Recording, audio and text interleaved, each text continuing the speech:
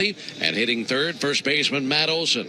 The designated hitter and cleanup hitter is Marcell Ozuna. He homered yesterday. Batting fifth, center fielder Michael Harris. Hitting sixth, second baseman Ozzie Albies. Batting seventh, the catcher Drake Baldwin. Batting eighth for the Braves, shortstop Orlando Arcia. Batting ninth, right fielder Eli White. And on the mound, the opening day starter and reigning Cy Young Award winner in the National League, Chris Sale. He's out there for the fifth time this spring. He's gone 1-1 with a 3.52 ERA. So again for the Braves, it's Profar, Riley, Olson, Ozuna, Harris, Albies, Baldwin, Arcia, White, and Sale on the mound. Those are the Braves. Now for Kevin Cash's Rays. This was take two at their lineup today. They had a lineup change that really made Darren very happy.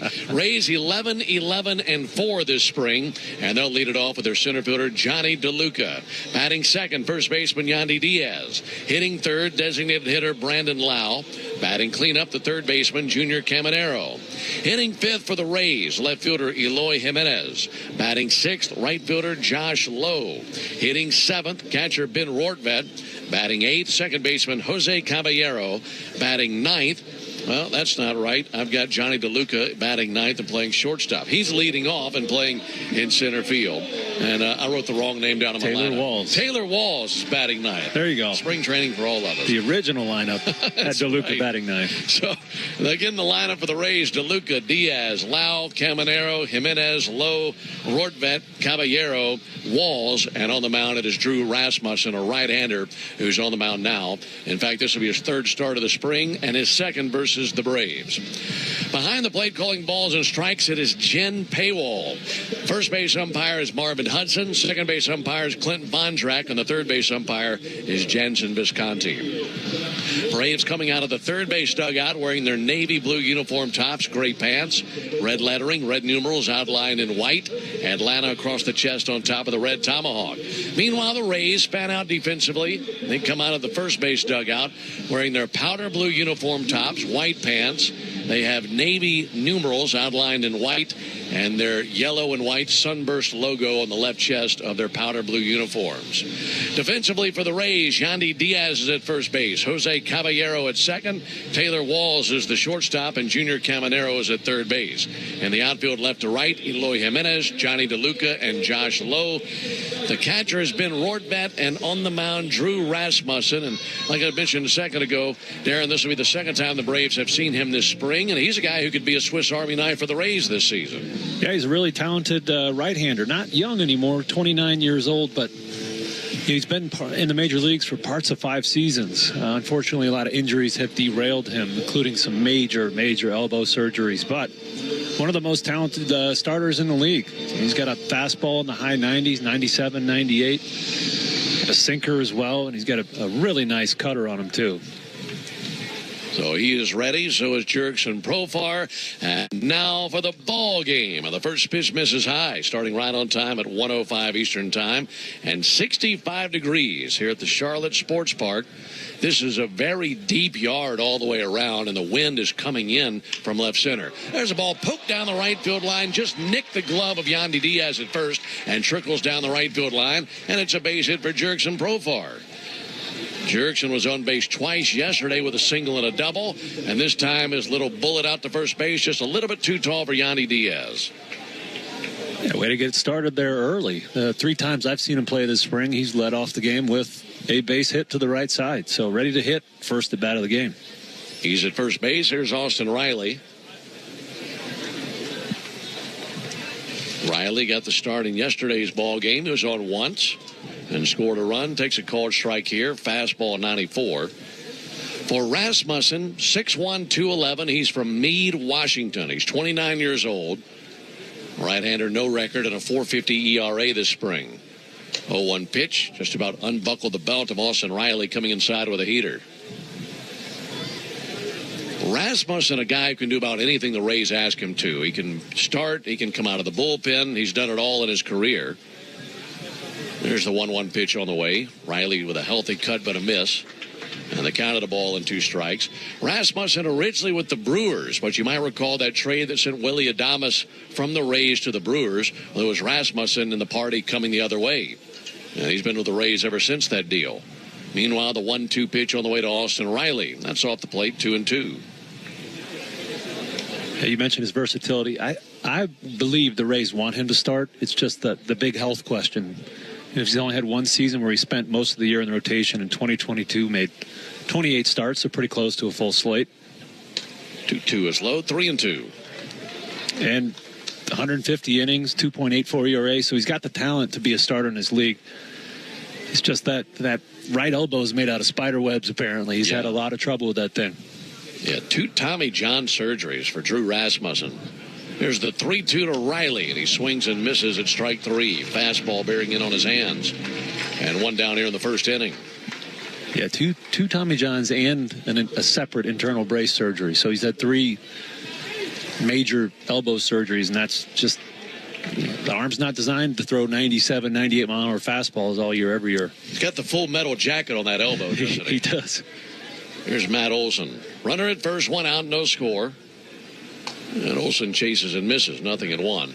Rasmussen's a guy who was drafted 3 times and eventually signed with the Brewers when he was the 31st overall pick in 2017 out of the baseball powerhouse in the great Northwest, Oregon State. Here's the 0-1 pitch on the way. Olson fouls one back, and it's 0-2.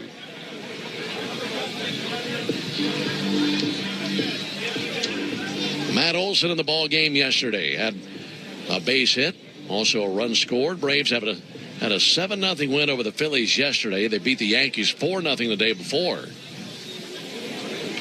0-2 to Olson, misses inside.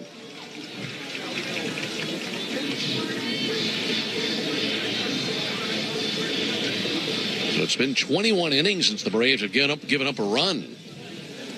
Pitching finishing strong here in spring camp. Here's the 1-2 pitch on the way to Olson, and he'll swing and miss at strike 3. Good life on that fastball. Back-to-back strikeouts of Riley and Olson by Drew Rasmussen. And now it's in the hands of Marcell Ozuna. I mentioned Rasmussen's cutter. It's classified as a cutter, I think, because of the velocity. He's been throwing him 90, 91 here today, but it's got the depth of a slider. The slider moves, in my opinion, a slider moves a little more down.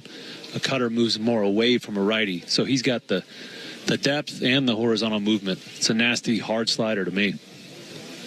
Ozuna takes a ball low. Well, each of the last 2 batters, one from either side of the plate, and both of them had a difficult time. Yeah, he's got some plus stuff. I mean, as I said, the talent is not the question. It's just the health. No score, top of the first inning. Runner at first, 2 down. And the 1-0 to Ozuna. In for a called strike. That fastball, 97. He's been about 95 to 97 with his heater. Second baseman Jose Caballero, shaded to his right, almost directly up the middle. 1-1 to Ozuna. A little bit low and outside. So the count 2-1 on Marcell. Yesterday, he hit his 3rd home run of the spring. Might be his most impressive home run of the spring. It was dead center. It was crushed yesterday. That was off of Nabil Krismat. Pitch misses there. So a 3-1 count. We mentioned how deep this ballpark plays. It's 343 down the lines, and it's 414 to straightaway center field. So it plays very deep to straightaway center. Here's the 3-1 pitch, and Ozuna pops it up.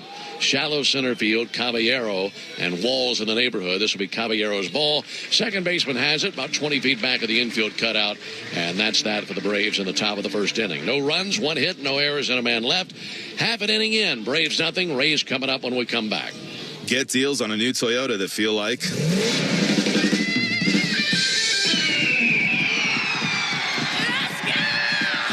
Visit your local Toyota dealer for the Ready, Set, Go event. Get 1.99% APR for 36 months on a new 2024 Toyota Tacoma Hybrid. Offer valid through March 31st, 2025. Zero down for well-qualified buyers with approved credit and financing through Southeast Toyota Finance. $28.64 monthly payment for every $1,000 finance. Excludes tax, tag, registration, title, and dealer fees. See dealer for details. Toyota. Let's go places. Atlanta Braves fans, May is Military Appreciation Month, and a great time to show your patriotism by purchasing a VIP table at the Warrior Alliance 4th Annual Veteran Impact Awards and Gala. The event will be held on Thursday, May 22nd at the Coca-Cola Roxy Theater at the Battery, Atlanta, and features dining, live entertainment, and Georgia-based veterans being honored for the significant contributions they are making in our communities. Purchase your VIP table today or make a donation at thewarrioralliance.org. With us today, a developer from SeatGeek. Quick question. My son's wedding clashes with the baseball game. Do you have an innovation to make him reschedule the wedding? No, but you can sell your tickets on SeatGeek. Interesting. What about selling a wedding invitation? I'm joking. Maybe. Expect the expected. SeatGeek. Buy and sell Atlanta Braves tickets on SeatGeek, the official ticket marketplace of the Atlanta Braves. For game-changing performance on the field to getting things done around the house, doers make a difference. And when it comes to home improvement needs delivered right to your door, the Home Depot is how doers get more done. Alongside Darren O'Day and our producer-engineer Jonathan Chadwick, Ben Ingram here with you. No score into the bottom of the first inning as Chris Sale is prepared to face the Rays in his final start before the regular season. He'll be facing Johnny DeLuca, Yandy Diaz, and Brandon Lau in the bottom of a scoreless first inning. Johnny DeLuca climbing in. First pitch on the way from Chris Sale. That'll be fouled back. The leather for Atlanta has Matt Olson at first base. Ozzie Albies is at second. Orlando Arcia around the horn at short.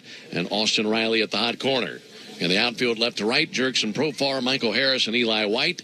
Drake Baldwin the catcher, Chris Sale the pitcher. The 0-1 pitch on the way to DeLuca.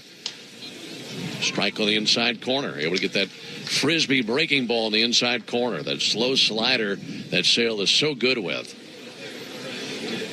0-2 on Johnny DeLuca. And here it is from Sale. And he hangs alive, fouling off a pitch down the right side. Yeah, Chris has the unique ability to throw that slider for a called strike on either side of the plate or for a swing and a miss. That's one of the big reasons he had so much success last season. He upped his usage of that pitch just a little bit. 2 to DeLuca. This tie with a fastball. And we talked about Chris's new changeup he added last season, or I should say a refined changeup. So he's throwing a few more changeups, a few more sliders, a few less fastballs last season. I'd say it worked out pretty well for him. Yeah. There's a called third strike. Payne on the inside corner. And DeLuca goes down looking. I think that might have been a changeup as well. I don't think you're going to, unless he missed with the slider. We don't have a monitor here, so it's a little harder to tell from our angle, but Sale did talk about last year he loved the Braves catcher's creativity behind the plate. Now, this year he's working with a new man behind the dish. There's Yandy Diaz. And he'll take a called strike. But he raved about the pitch calling last season, them pushing him to try new things, try a front hip sinker to a righty or a slider in a count. 0-1 high and outside. When he wouldn't normally throw him. So now he's learning a new catcher, and the catcher is learning him. And so we'll see if the results measure up to last season. Just really widens the spectrum of what he can do, and what he could do is already amazing. There's a ball low and inside. Big, rangy left-hander, 6'6", 180, the lefty out of Lakeland, Florida, by way of Florida Gulf Coast University. He's 35 years old. He'll be 36 later this month. Here's the 2-1 pitch. Line drive up the middle. That kicked off the mound and bounces into center field, and fortunately did not take a bite out of Chris Sale. One out single by Yandy Diaz, and Brandon Lau will come to the plate.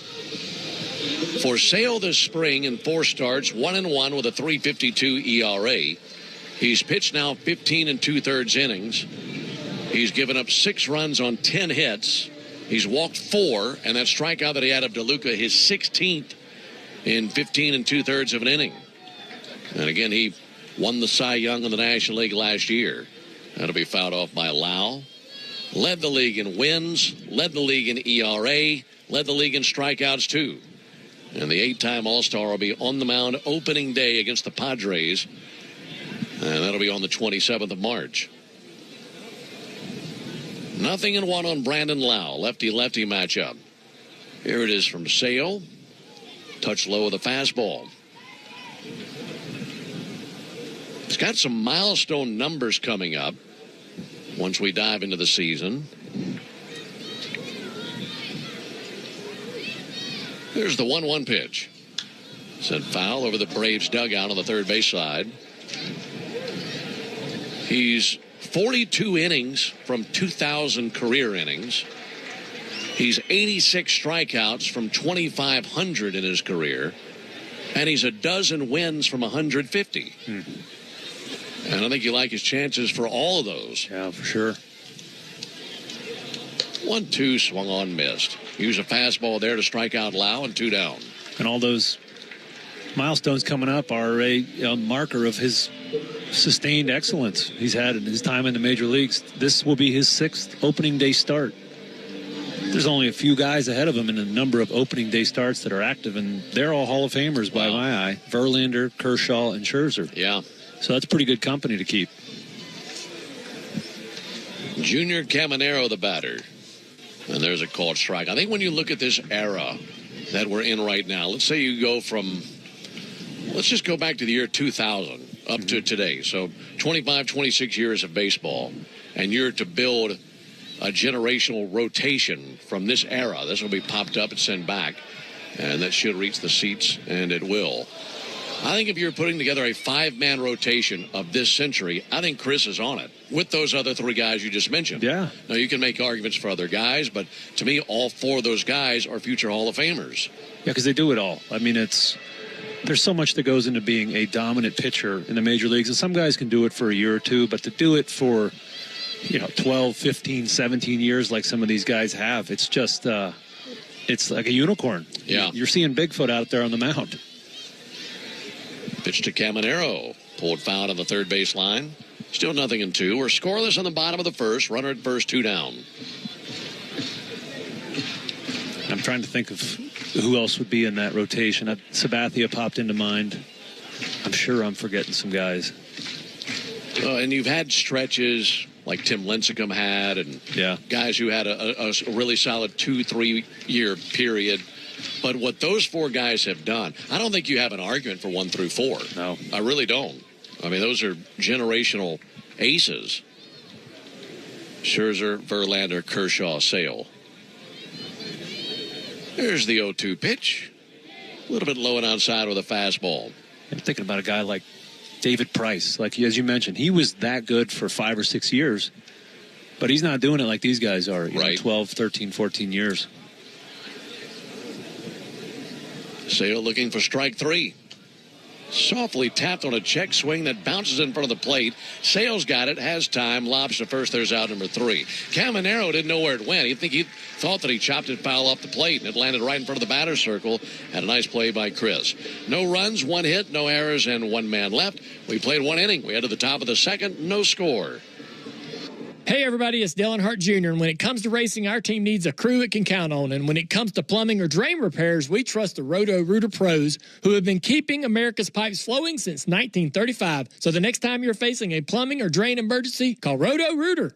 Call Roto-Rooter, that's the name, and away go troubles down the drain. Roto-Rooter. The Roto-Rooter team fixes plumbing and water problems for homes and businesses. Schedule at rotorooter.com or call 1-800-GET-ROTO. With the crack of the bat and a swipe across the chest, fans are reading the signs. The Atlanta Braves are back for another winning season, and with them is Simply Sport CBD, proud hometown partner of your Atlanta Braves and your hero in recovery. Whether you're warming up for the big game or cooling down after a workout, Simply Sport CBD supports your recovery, helping you to get back to your best life faster. So gear up with the Braves and Simply Sport CBD. Visit simplysportcbd.com to gain that hemp field advantage. That's Simply Sport CBD, your partner in peak performance.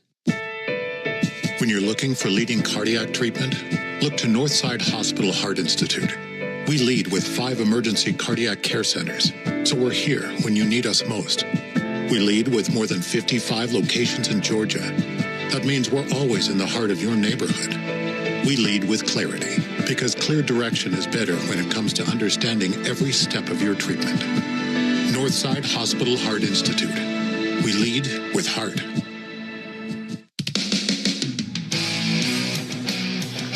Into the top of the second. No score. Braves and the Rays. It's great to have you with us on a Friday afternoon. alongside Darren O'Day and our producer-engineer Jonathan Chadwick. Ben Ingram here with you.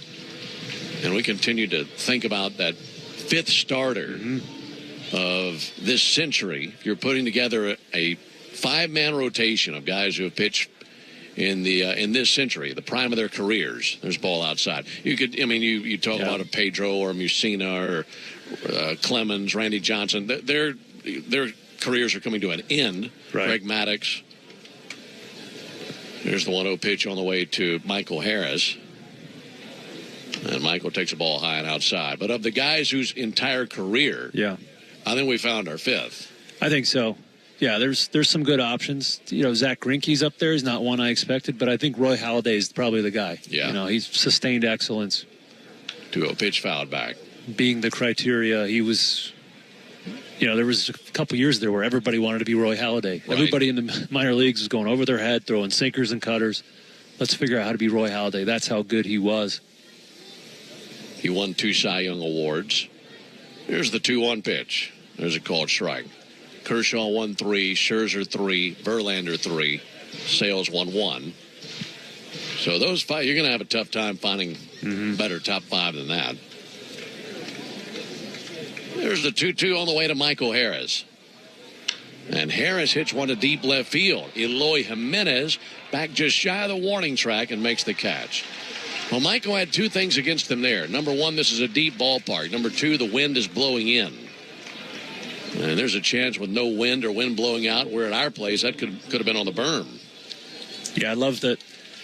Hopefully you could hear that sound over the mic there. That is just a beautiful sound off his bat. He's hitting balls so hard the other way these last few days. Ozzie Albies the batter. Takes a ball low and inside. No score in the top of the second. Braves and the Rays seeing each other for the final time this spring.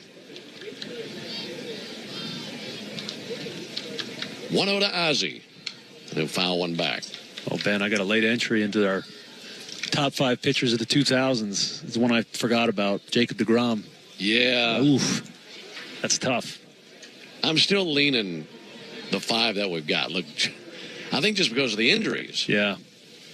There's a 1-1 pitch. There's a called strike. That danger turned into a sports talk radio show here. Clayton Kershaw, he's been missing a lot of time lately, too. That's a great list, man. These are some great names here. All guys of my era, of my career. I really enjoyed watching pitch. 1-2 to Ozzie. That'll be fouled back. He's won 2 Cy Young Awards.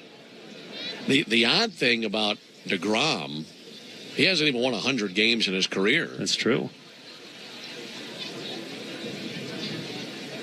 But when he's been healthy, as good as anybody you've seen. 1-2 to Ozzie and a ground ball out to first base. Playing it on the short hop on the second bounce, Yandy Diaz.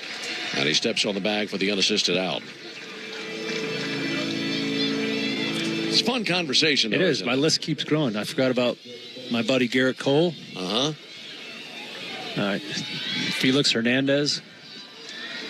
Now, Felix didn't last as long. Felix was the bright star. He burned very bright for a shorter amount of time than a lot of these other guys. Drake Baldwin the batter.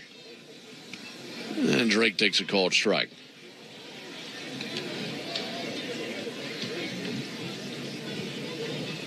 Drew Rasmussen in his second inning of work. There's a couple of strikeouts to his line to this point. Here's the 0-1 to Baldwin. And Drake sends one foul over the seats down the left field line.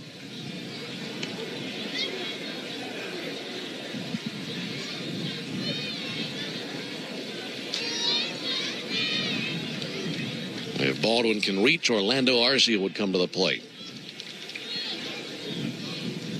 0-2 pitch. Low and inside, 1 ball, 2 strikes. The pitching in organized baseball's changed because the velocity has been creeping up every year. But watching Drake Baldwin this spring, his swing is suited for this high velo stuff he's going to see, like he's seeing here today. He's got a nice short swing from the left-handed side. 1-2, softly grounded out to second base. Caballero is able to glove it, throw over to first base, and there's out number 3.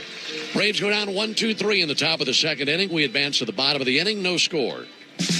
Hey Braves fans, Onward Reserve is your hometown team for top-line casual sportswear. Whether you're out on the golf course, going to dinner, or enjoying some baseball at Truist Park, Onward Reserve's clothes are the perfect fit. With 12 retail locations throughout Braves country, Onward Reserve is proud to help you get to the game in style. Swing by the Braves Clubhouse store for exclusive designs made just for the A. Visit us online at onwardreserve.com. Proud partner of your Atlanta Braves.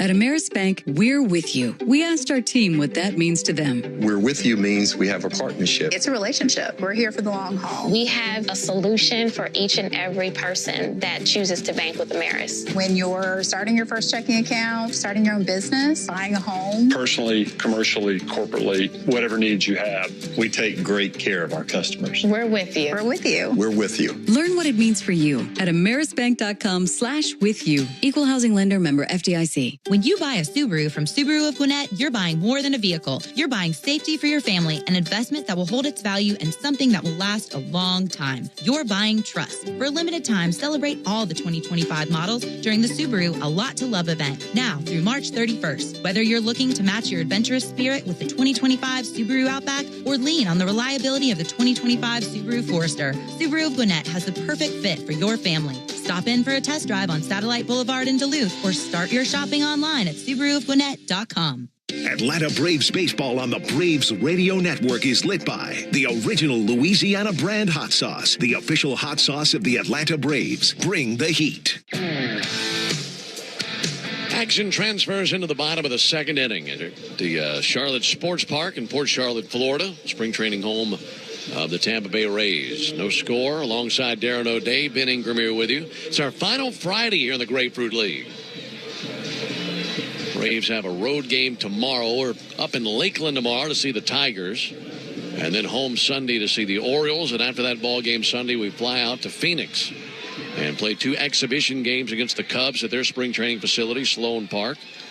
And that'll be Monday and Tuesday of next week. Off Wednesday and opening day on Thursday in San Diego.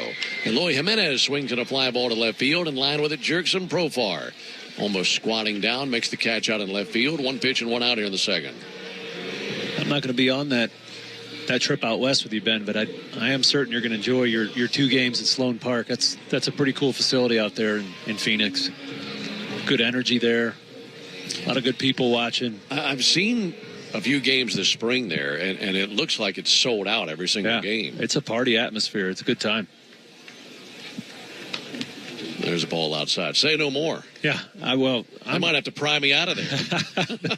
I'm not leaving. 1 ball and no strikes on Josh Lowe. Offering from Sale. There's a called strike. Going to be really interesting to go out there for a lot of us because I've never been to any of the Cactus League facilities. Mm-hmm. And I was talking with Brian Snitker the other day. Here's a 1-1 pitch, and that's in for a called strike. And obviously for Snit, this is his 49th spring training.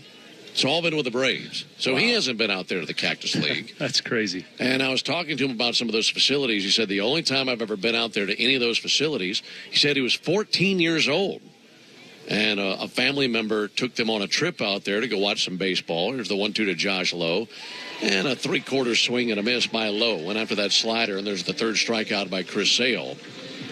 But he said that one of the guest instructors at the facility that he was at that week was Luke Appling.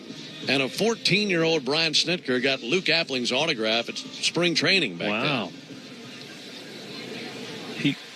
I'm guessing the facility's changed just a touch since he was there. It's probably true. There's a called strike on Ben Rortvedt. Well, that was really neat. So, I mean, the last time Snit was there is 14. No score, bottom of the second. There's a ball inside to Rortvedt. Not a 1-1 count. I mean, the Cubs are, one of the most historic franchises, huge fan base, but I'm freezing here today, Ben. It's 67. I feel bad saying that for everybody up north. 1-1 from Sale. Nice slider. Swung on, missed. But we still have the sun. You can imagine what it's like today in Chicago. Brutal. Yeah, so would you rather be there in Chicago or down there in Phoenix watching the Cubs play some baseball? So they always pack it out. They always have a festive atmosphere because half of them are on vacation. Yeah. Having a great time out there. There's the 1-2 pitch. That'll be sent foul. Got a piece of Drake Baldwin. Hopefully he's all right.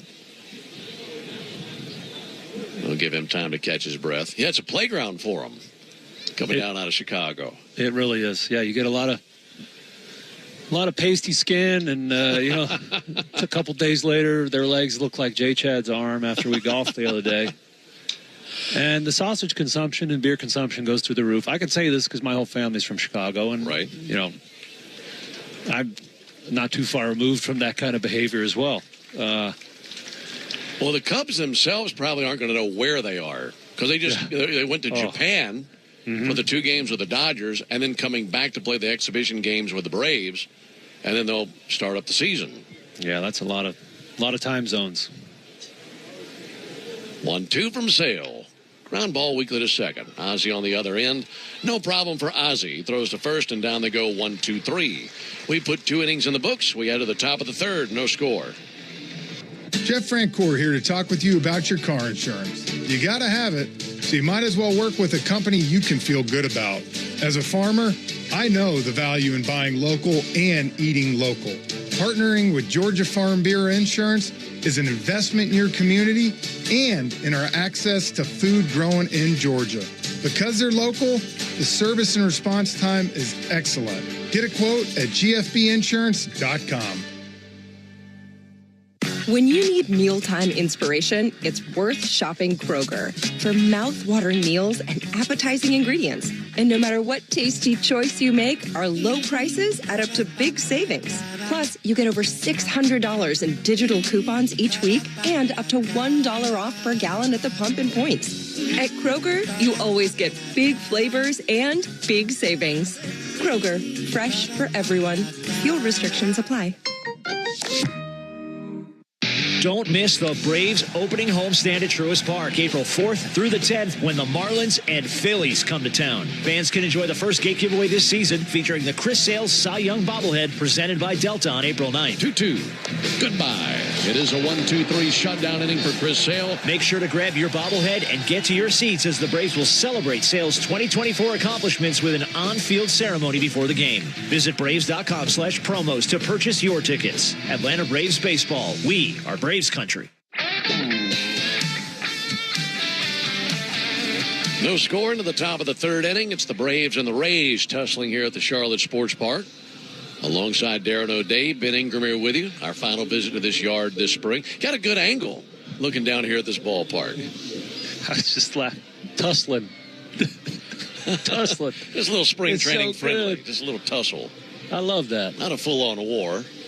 I got a question for you after this pitch. All right. Climbing in now, Orlando Arcia. Will be followed by Eli White. Offering on the way from Rasmussen. In the air. Might fall out to right, coming in low. And that'll land in for a base hit. Right on down the right field line. Arcia able to dunk one out there.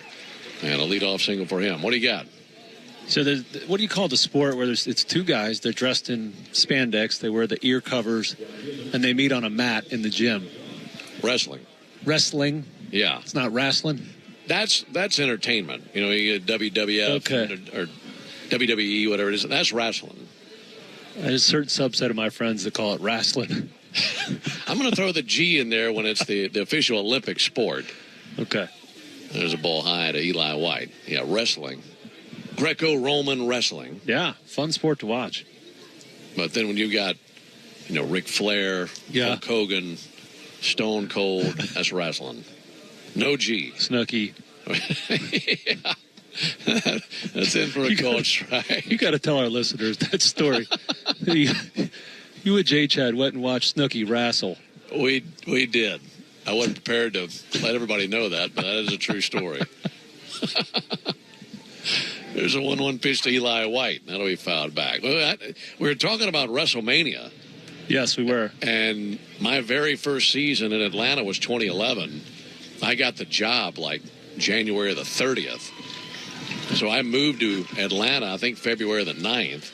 And we left for spring training, I think, within the next 3 or 4 days. Here's the 1-2 pitch on the way to Eli White. That'll miss low. I didn't know a soul in Atlanta, Georgia when I moved from Mississippi. And so I got to know Jay Chad over the course of spring training. And he had extra tickets to WrestleMania, which was in Atlanta that year when we got back from spring training. That'll be fouled back by Eli White. So we get back from spring training, and Jay Chad and a few other employees at 680 The Fan, the flagship of the Braves, were going to WrestleMania. We went, and Snooki from the Jersey Shore show was wrestling. Here's the 2-2 pitch. That'll be fouled back by Eli White. Well, at the time, Jay Chad was a big fan of Snooki. Fan. Oh, yeah. And even had a sign for her in support of her. I don't think she could see us. We were up in the upper tank, but he was supporting his girl Snooki. Here's the 2-2 pitch on the way to Eli White. And apparently she won. Eli White's going to shoot one out to third. Line drive to Caminero. He's able to snag it. He throws over to first base, and they cannot double up Arcia. And one down here in the inning. Well, thank you. You're welcome for covering that. I needed our listeners to hear that about you and Jay Chad. That was the 2011 WWE WrestleMania. WrestleMania. I got to be careful anytime you say, I got a question for you. It could go one of about 2 million directions. Profar is 1 for 1 with a single. And Jerickson takes a ball outside. Good crowd here on a Friday. And that breeze coming in from left center, kind of sweeping across towards first base. Here's the 1-0 pitch. A little bit high to Profar. Something to keep an eye on when we go to the bottom of the inning is Drake Baldwin. Took a foul ball off of his hand in the bottom of the second inning and was still shaking it when he came off the field. 2-0 pitch fouled back our way. And I just say that as a precaution because we saw him coming off the field and shaking the hand, so hopefully he's okay.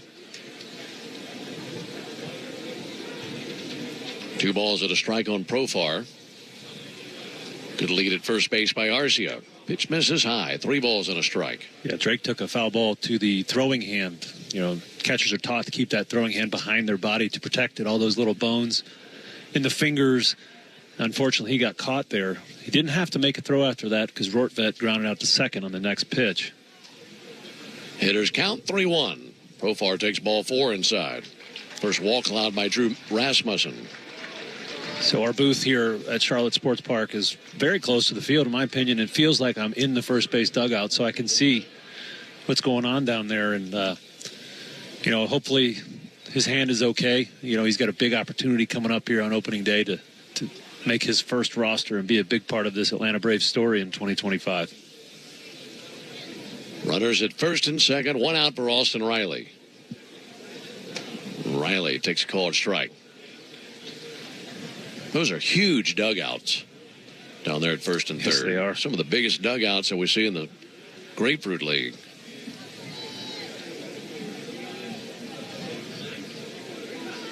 The 0-1 pitch. And Riley pops one up. Foul ground, first base side, fighting the sun. Diaz at the railing. That's out of his reach and into the seats. One of the backup catchers for the Braves today, Chandler Siegel, down there in the dugout, has his shin guards on. Looking at him right now, walking this way in the dugout, wearing the shin guards. And that could obviously just be for catching in between innings.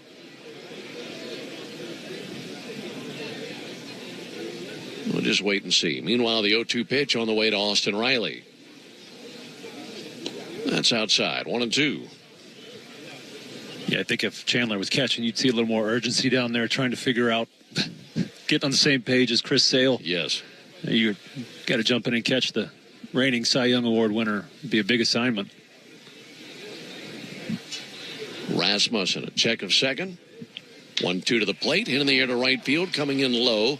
And now he'll stop dead in his tracks, make the catch, tagging from second base Arcia, and he'll go second to third. Low for a second, just about overran it. 2 down in the inning, runners at the corners, and an opportunity at a base hit to drive in a run right here for Matt Olson.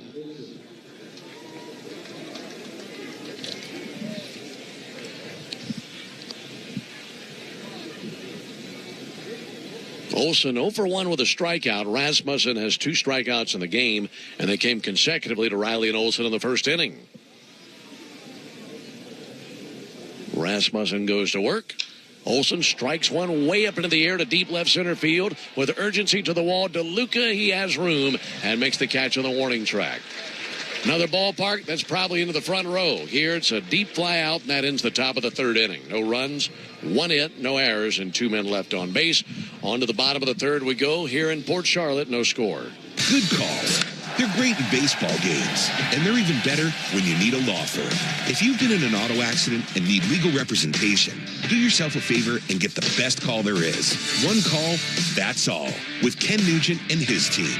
Ken's team fights for you and sticks with you from start to finish, working hard to get you your money quick.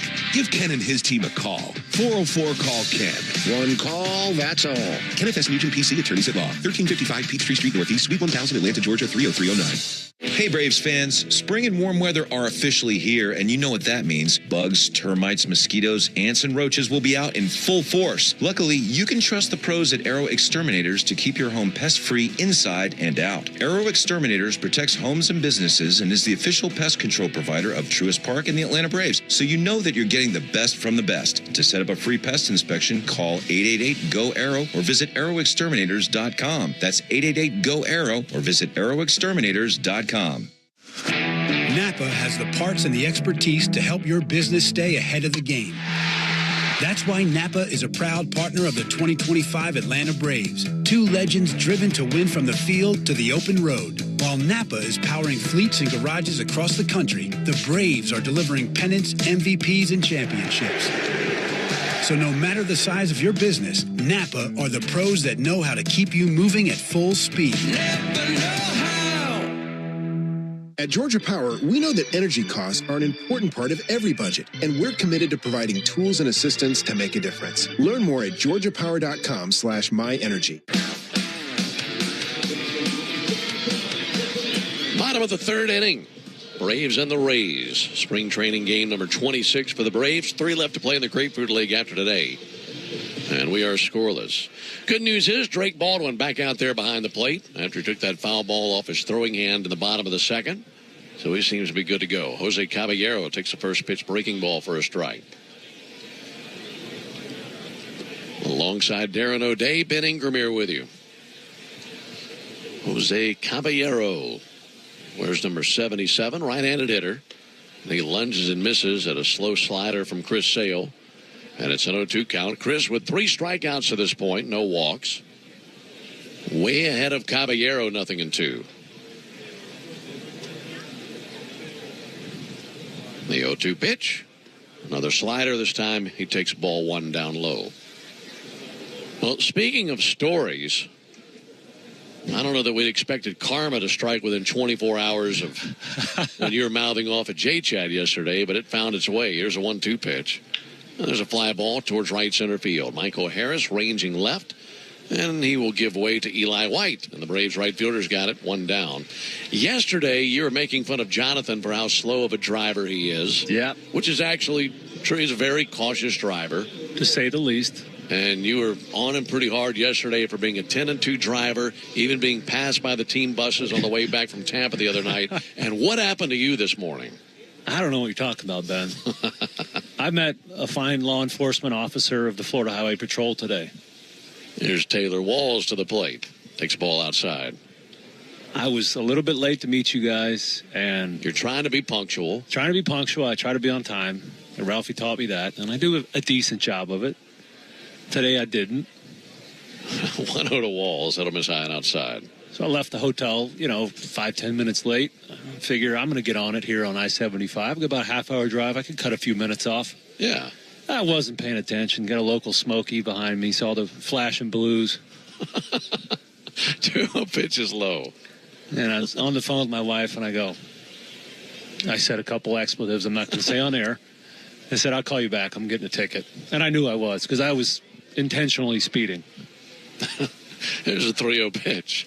And that's in for a strike. So he nailed you. He got me, yes. And very nice. Filled out his ticket faster than senior citizens make a cup of coffee at my hotel.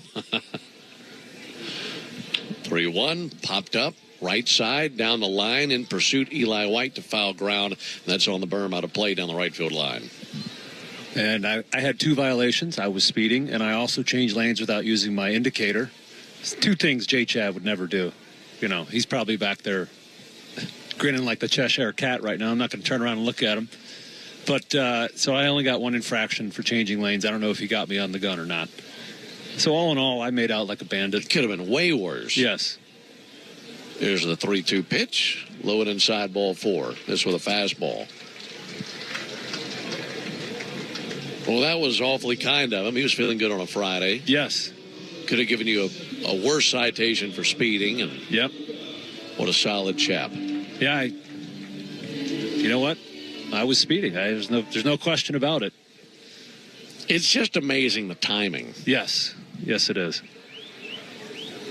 Johnny DeLuca is 0 for 1 with a strikeout. He'll take a ball inside. We're scoreless in the bottom of the 3rd. 1 out, runner at first. That walk to Taylor Walls. First allowed by Sale. He has 3 strikeouts. Johnny DeLuca 0 for 1 with a strikeout. 1-0 pitch. Bouncer up the middle. That'll be taken by Arcia. Nope, Ozzie. That'll be an out at second base. Arcia and Ozzie came together. They're both going for it. And it looked like Arcia was going to take control because his momentum was carrying him towards first. But Ozzie got leather around it just in time. And I'm surprised they didn't bang into each other. They get the out of Taylor Walls at second base, but they can't get the double play. Yeah, it was like a hidden ball trick. I didn't know who had it. You know, Ozzie was shaded up the middle, so he felt like it was his ball because it was right at him. But as you mentioned, the momentum is the big difference. So here's Yandy Diaz, who takes a called strike. So it's funny after the play, seeing the 2 of them discuss it. I wonder what the verdict was. The thing is, they bark at each other all the time. They do. So a play like that, they're probably still going to be barking at each other when they come off the field. Diaz fouls 1 off. You're right. I think the baseball doctrine says that the shortstop's momentum is probably a better play for him because he's moving. He can get more on the throw to first base. 2 down for Diaz. He's 1 for 1 with a single. The 0-2 from Sale. And a weak pop-up. Shallow center. Harris coming in. This should be Michael's ball, and he makes the catch. Trotting in, splitting between Albies and Arcia in shallow center for out number 3. 3 good innings by Sale. We head to the top of the 4th inning. No score. Whatever your passion, South College can help you succeed doing something you truly love. For me, that's surgical technology. Surgical technologists are vital to surgeons and an essential part of the surgical team. The South College Associate of Science and Surgical Technology program is designed to provide students with training to help care for patients, prepare surgical supplies, maintain aseptic conditions before and during surgery, and assist surgeons during surgical procedures. To find out more about South College's Atlanta or Marietta campus, visit south.edu. South College, where dreams find direction. Why is it important to shop local? Hi, I'm Jaron Solomon from Solomon Brothers Jewelers. As we come back as the preferred jeweler of the Atlanta Braves, we find it to be very powerful that we are aligning ourselves with the community and that we are here for you every step of the way. We've been here for over 40 years and we're not going anywhere. So shop with confidence with Solomon Brothers Jewelers at any of our 3 locations in Buckhead, Alpharetta, and Sharpsburg, and we'll be here for you generation to generation. Georgia is home to over 600,000 veterans who play an important role in strengthening our communities. The Warrior Alliance is recognizing these contributions at the 4th Annual Veteran Impact Awards and Gala on Thursday, May 22nd at the Coca-Cola Roxy Theater at the Battery, Atlanta. You may participate by nominating a Georgia veteran for their exceptional service after military service in categories such as first responder, healthcare, education, military spouse, and more. Go to thewarrioralliance.org today and submit your veteran nomination. Ben Darren and Jay Chad with you from the Charlotte Sports Park here in Port Charlotte, Florida. Braves and the Rays scoreless into the top of the 4th inning. Nice, easy little trip down the Tamiami Trail for us this morning. These 2 complexes for the Braves and the Rays about 12 miles apart.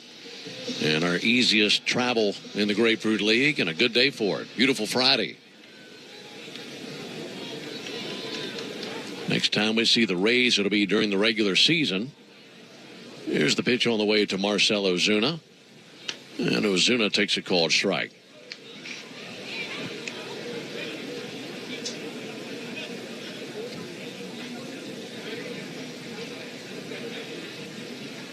Here's the 0-1 pitch on the way to Marcel from Drew Rasmussen. Marcel hits it hard out to short, flagged out there by Taylor Walls, and he'll fire it across for out number 1.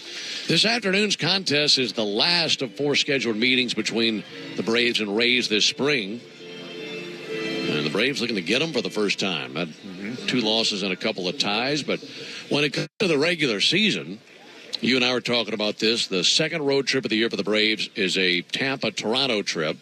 So we'll see the Rays very soon in the month of April, and you'll be on that trip. Here's Michael Harris. And Harris takes the ball low. But it's very interesting what the Rays have done with their schedule because of where they're playing their home games this season. Hurricane blew the roof off of the Trop, so they can't play there. And they'll be playing their regular season home games at Steinbrenner Field, the spring training home of the Yankees. 1-0 pitch to Harris in the air down the left field line, twisting foul and onto the berm. So they've had a couple of scheduling conflicts that have been swapped around and rearranged to really help them as best they can with the weather. Yeah, you know, I grew up here in Florida, and you could set your watch to a summer rainstorm at some time between 4 and 6:30, 7, somewhere in there, and sometimes it lasts longer. So they're going to have an issue there this summer. 1-1 to Harris inside, an issue that they previously didn't have because they had a roof on the ballpark. Yeah, the Trop's got a roof for the reason. The Miami Marlins have a roof for a reason because it rains every day in the summer. So the Rays have proactively moved some series around with various away teams. Here's the 2-1 to Harris, inside 3-1. You know, we have spring training here because the weather's beautiful this time of year. So what they've done is they've switched some midsummer series where the Twins and the Angels were scheduled to come down here to the Tampa area and move them earlier. 3-1 in for a strike, 3-2. To take advantage of this good spring weather here in Florida when it's not the rainy season. So as a result, the Rays are going to be home a lot the first 2 months and then pretty much gone the next 2. Here's the 3-2 pitch and a big chopper out towards second, taken on the second bounce by Walls, and he's able to make the play and throw over to first base. That parachuted, or rather I should say trampoline rather, into his glove on that big bounce and 2 down. But their stretch where they're gone, and that's middle of the summer, it's like 35 road games out of what, like 50 days? 35 and 51 games in July and August. So you might not even need an apartment if you're a Rays player for those 2 months. Man. Just get a hotel. Ozzie Albies takes a strike on the inside corner. They have a 13-game homestand, a 9-game homestand. So those are some long ones.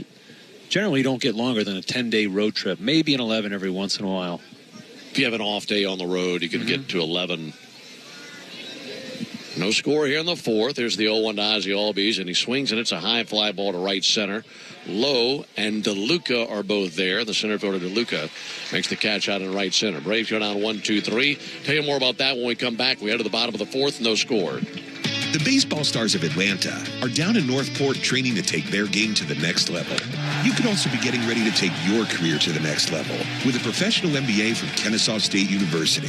Why the KSU MBA? Because the average salary increase for the KSU Executive MBA program is 20% after graduation. MBA graduates see an average salary increase of more than $1 million over 30 years. Ready to take your next step? Learn more and get started today at KSUMBA.com. Hi, it's Chuck Dowdle. Have you been thinking about home improvements? Maybe you need money for college tuition or just looking to pay off unwanted debt. If you've got big expenses, a home equity loan from Georgia's Own Credit Union could definitely be the answer. With low rates and fast personalized service, now's the time to put the equity in your home to work for you. To learn more about a home equity loan or a home equity line of credit, visit georgiasown.org today. I'm Chuck Dowdle, and I'm one of Georgia's Own. Subject to credit approval, Georgia's Own is an equal housing lender. Meanwhile, at Xfinity. We engineered Xfinity Internet with 99.99% network reliability. Plus, Xfinity Mobile with Wi-Fi Power Boost gives you ultra-fast Wi-Fi at home and on the go. Posting my tap dancing videos is easier than ever. Now through April 17th, get 300 megabit Xfinity Internet and one unlimited mobile line together for $30 a month for 1 year. Learn more at Xfinity.com. Requires paperless billing and auto pay to stored bank account. Restrictions apply. Equipment tax and fees extra. After promo regular rates apply. Xfinity Internet required. Extra speeds vary. Don't miss an incredible lineup of Braves giveaways this season, including bobbleheads, collectibles, and a replica jersey. Visit Braves.com/promos to see them all. Braves nothing, Rays nothing. Into the bottom of the fourth inning. Folks, get your vehicle sparkling clean this spring at Tidal Wave Auto Spa, the official car wash of the Atlanta Braves, with over 290 locations nationwide. Tidal Wave is your go-to destination for clean car happiness. Experience a clean car shine worthy of the big leagues today at Tidal Wave Auto Spa. It'll be 3, 4, and 5 for the Rays in the bottom of the fourth inning. Lau, Caminero, and Jimenez. No runs, 2 hits for the Braves. No runs, 1 hit for the Rays. And Chris Sale back to work, this time on Brandon Lau. First pitch, a miss outside, 1 ball and no strikes. So we're talking about the Rays scheduling this season, and now they will have a 51-day stretch where they're on the road 35 times. There's the 1-0 pitch. Little dribbler fouled on the first baseline. Right now, let's pause 10 seconds for station identification on the Braves Radio Network. Atlanta Braves spring training is live on WIFN Atlanta, a Dickey broadcasting station, 1340 and 103.7 FM. No score, bottom of the fourth. Braves and Rays from Charlotte Sports Park. 1 ball and 1 strike on Brandon Lau, left-handed hitter. He's their DH today. Sale misses outside, 2-1. So the front half of the schedule, when you still have really good weather, is front-loaded with home games. And then you get to that middle stretch of the summer, dog days of summer, on the road a lot. 2-1 pitch, check swing. There's a called strike.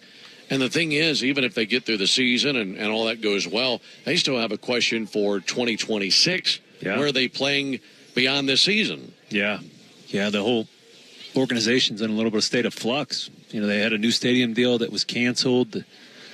Not sure where the Rays can be put to have enough support to support the franchise. 2-2 from Sale, lifted in the air to left field and down for a base hit. And that's into the gap in left center field. Getting to it now, Michael Harris. And holding at first base, Brandon Lau. Took a 93-mile-an-hour fastball and deposited it out in the left center field. You know, and as you mentioned, they're playing at a spring training facility this season, and I read an article today that's saying they're not even sure they're going to sell out opening day. And there's a big faction of people that say the Rays aren't drawing enough people because they're in St. Petersburg, which is all the way over the Skyway from Tampa. Well, they're playing in Tampa this year, right, in an 11,000-seat stadium, and apparently there are still some tickets available. I don't know that for a fact. Junior Caminero slices one down the right field line and foul onto the berm down there. And I did see they asked for comment from the Rays. The Rays said they actually had to add some tickets. But, you know, with the journalist that wrote the article saying there's still some tickets available for opening day in an 11,000-seat stadium. So the saga of the Rays franchise continues. Right. You know, and these players are right in the middle of it.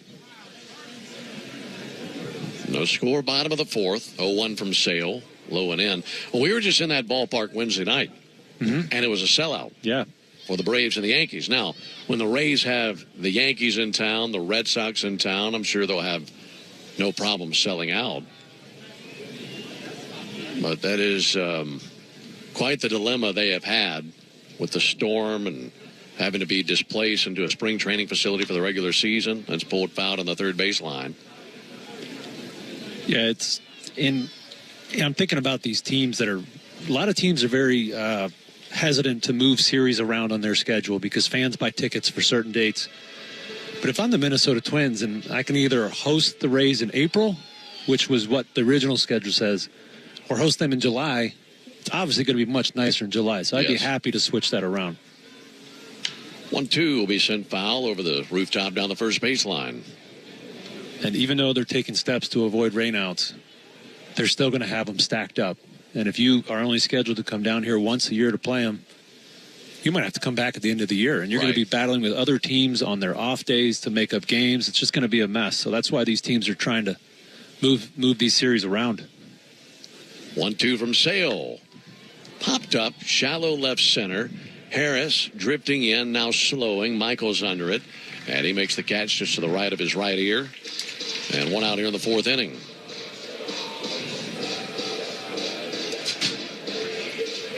One down for Eloy Jimenez. 28 years old from the Dominican. He's a whopper, 6'4", 250. And 6 years between the White Sox and the Orioles in the big leagues, now wearing the blue and white of the Rays.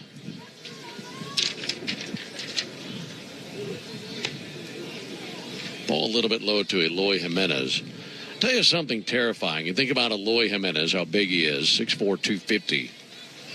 And there were two sports that he really specialized in growing up. Baseball is the obvious first one. There's the 1-0 pitch. That'll be sent foul. The other, karate. Ooh.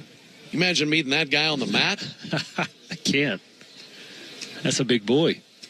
There's not enough karate cranes that exist to bring that guy down. His dad, a basketball coach in the Dominican, so he grew up playing all sorts of different sports.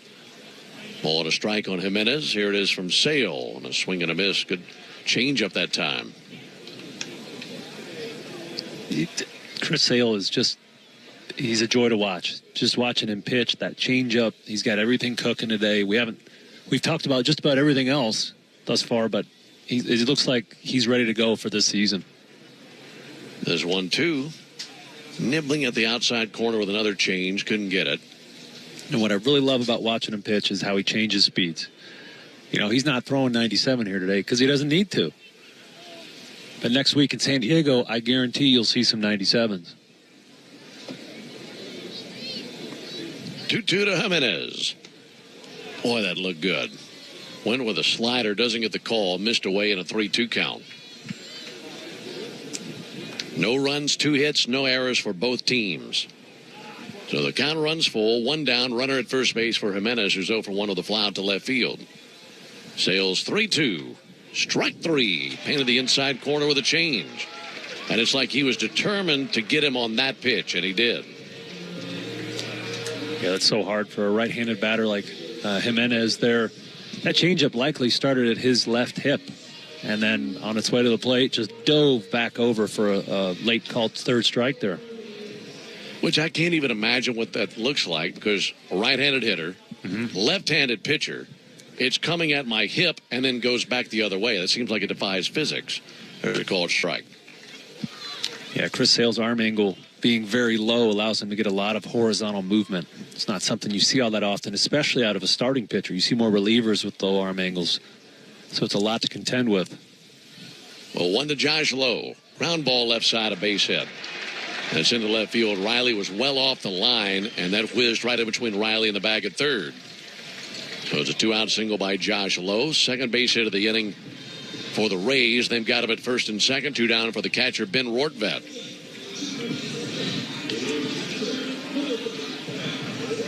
Alongside Darren O'Day and our producer-engineer Jonathan Chadwick, Ben Ingram here with you. No score in the bottom of the 4th. We've had 2 hits this inning, both by left-handed batters. I would be surprised if that happened more than 2 or 3 times all season last year. He's so tough on lefties. Memory serves. Rortvedt takes the ball outside. If memory serves, he only gave up 2 homers to lefties all last season. Wasn't many. Well, I mean, not many opposing managers don't even put him in the lineup. Yeah. You know, they see him on the projected starters, and those lefties get a day off. 1-0 to Rortvedt, a left-handed hitter, and he takes a called strike. Braves have some action in the bullpen. Right-hander A.J. Smith-Shawver tossing.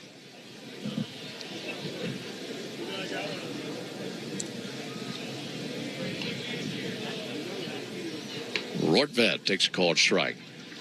You're talking about seeing some 96s, 97s, 98s out of Sale maybe come opening day.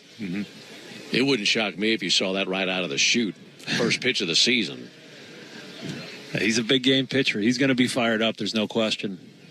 You know, he knows. And a guy like that, he wants to live up to the expectations of last season. You know, that's already done. That work is over with. The 1-2 pitch, softly tapped up the first base line, turning right and foul. But now you got to go out there and follow it up. And he's an ultra competitive guy. Enjoyed watching him on Behind the Braves saying, hey, what are your goals? And his goal is just to be healthy. And in his mind, I know in his mind he's thinking, yeah, if I'm healthy, I'm good. Like, he's never not been good. So he knows that's the most important thing for him.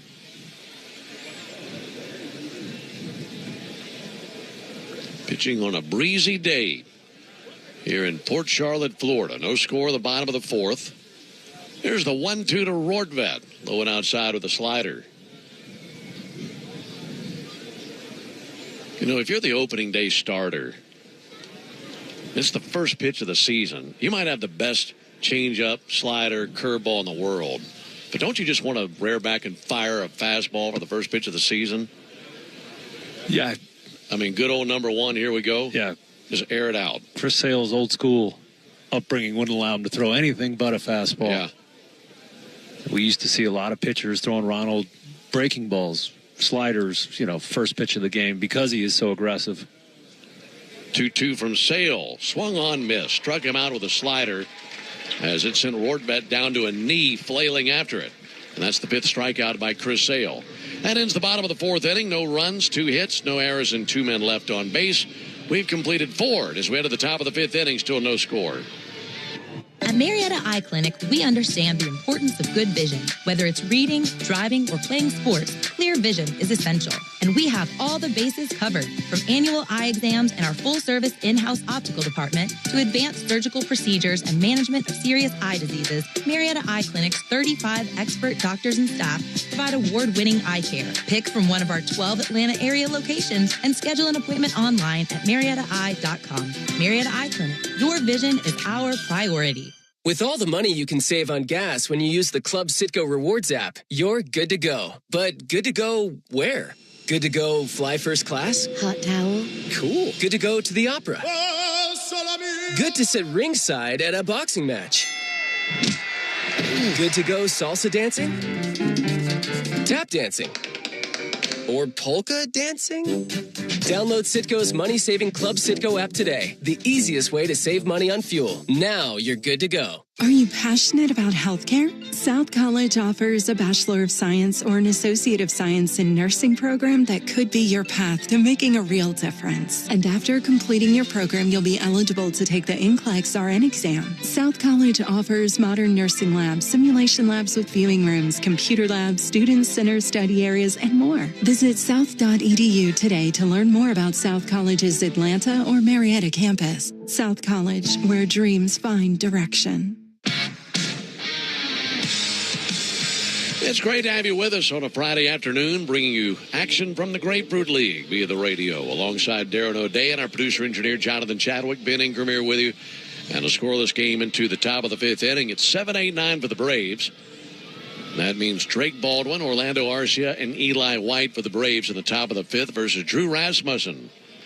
And in Rasmussen's first 4 innings, no runs, just 2 hits allowed, a single by Profar, a single by Arcia. 2 strikeouts and a walk as well. And the Braves trying to disrupt his harmony here in the fifth inning. First pitch in the fifth on the way to Drake Baldwin. And Drake with a hefty cut and fouls that off the gear of Ben Rortvedt. Former hockey player Drake Baldwin, a standout in high school growing up in Wisconsin. He looks like a hockey player, doesn't he? He does. He's got that good low ball swing. Maybe he got that from holding the hockey stick his whole life. Well, 1 pitch. Let him miss high. I got to meet him the other day in Tampa when we were playing the Yankees. And as soon as he opens his mouth, you could tell where he's from. He's got a little bit of a Wisconsin accent. 1-1 pitch low and outside. Well, it's been fun to watch him in camp the last few seasons and seeing his progressions. And I remember you and I talking about him last year, how we were excited about what we're seeing out of him, and a really solid prospect coming up for the Braves. And here we are 1 calendar year later, and he's ready for it. 2-1 up and in, 3 balls and a strike. That's interesting you say that, the progression, because we were talking about playing the Blue Jays, and remember he had a great game that day last spring training, and I remember I was like, that was the day I really took notice of Drake Baldwin. 3-1, a big swing and a miss, 3-2. Had to double down the line, threw somebody out, and I don't have a great memory. But that stood out. So for me to remember that, it's like, okay, this kid, he had an amazing day that day, and Yeah, one short year later, he's the opening day catcher. 3-2 fouled back. You know, Sean Murphy, knock on wood, will be healthy soon and back to his, all-star caliber play. But it's a good opportunity for Drake Baldwin to get his feet wet and see what it takes to be a catcher at this level, and maybe go back to Gwinnett and be that much better for it. 3-2, lifted foul and on a play. Drake will turn 24 years old on March 28th. So that's the second day of the season. Out of Missouri State University, waiting on the 3-2 from Drew Rasmussen. And the 3-2 pitch. Hard ground ball to second. Jose Caballero wraps it in leather, throws over to first base, and a 4-3 put out of Drake Baldwin. Even though he's gotten out twice this game on ground balls to second, he's made Rasmussen work. And that is something that will be a welcome addition to the Braves lineup. We saw him Wednesday night against a tough lefty specialist for the Yankees, Tim Hill. He battled him. He was 0-2, and he worked a walk all the way back to earn that walk. So some really advanced at-bats for him lately. Orlando Arcia shoots one up the middle. Played back of second, in fact, into shallow center field by Jose Caballero, and his two-hop throw bounces wide of the bag. It gets away from the first baseman, Yandy Diaz, and goes to the sidewall. And sprinting down to second base, Orlando Arcia. So it should be a base hit and an error. But it was a funny ball to play for Jose Caballero. As it came back through the middle, it kicked off the dirt of the mound. And that quickly caused Caballero to shift directions. And by the time he got leather on it, he had backtracked into the first cut of the grass of center field.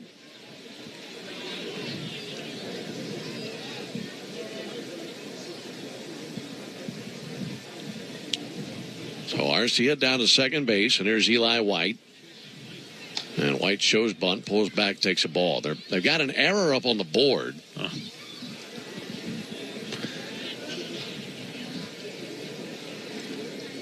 And, of course, we knew it was going to be at least an E4 to get him down to second base. Well, they're saying two-base error all the way, it appears. 1-0 pitch is low. 2 balls, no strikes. Hit the ball hard. That was a tough play. That's a really... it's going to be an error on Caballero either way, but... Yeah, we mentioned Arcia got his first hit in a while. He's been hitting the ball hard, just hasn't been able to find any grass to get on base. Eli White takes a ball low. So today he dinked one out into right for a single. I thought he might have stolen another hit there in his second at bat, but the official score says nay. Base hit could give the Braves the first run of the game. 3-0 to White, and that registers as a strike.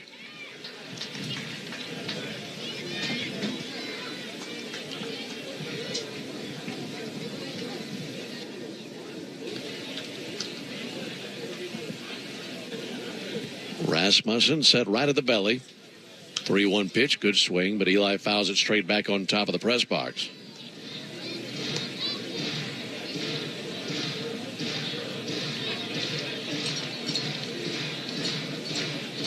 Orlando Arcia is the only Brave to reach scoring position all day. He's done it twice. 3-2, swung on, miss. Got him with a fastball up and away. Put that in a good place. And with 2 down, it's up to Jurickson Profar. And here comes Kevin Cash. That's looking like it will be it for Drew Rasmussen as he goes through the order twice.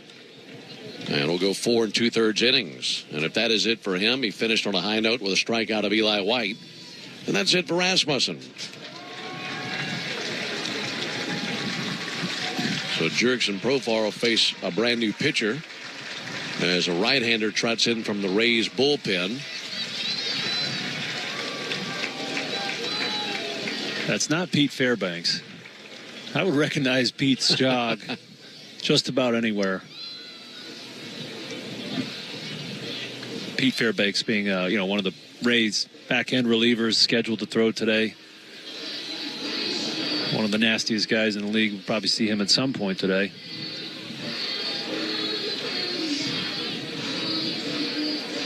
We'll find out who it is soon enough. Looks like his number starts with a 5. That's about all I could see on his warm-up toss right there. So we've narrowed it down to 3 different names. The adventures of the spring training substitutions. That's right. All right, this is Trevor Martin. He's a 6'5", 250-pound right-hander.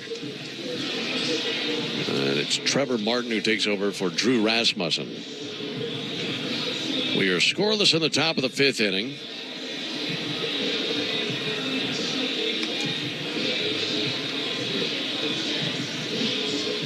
Jurickson Profar has been on base twice with a single and a walk.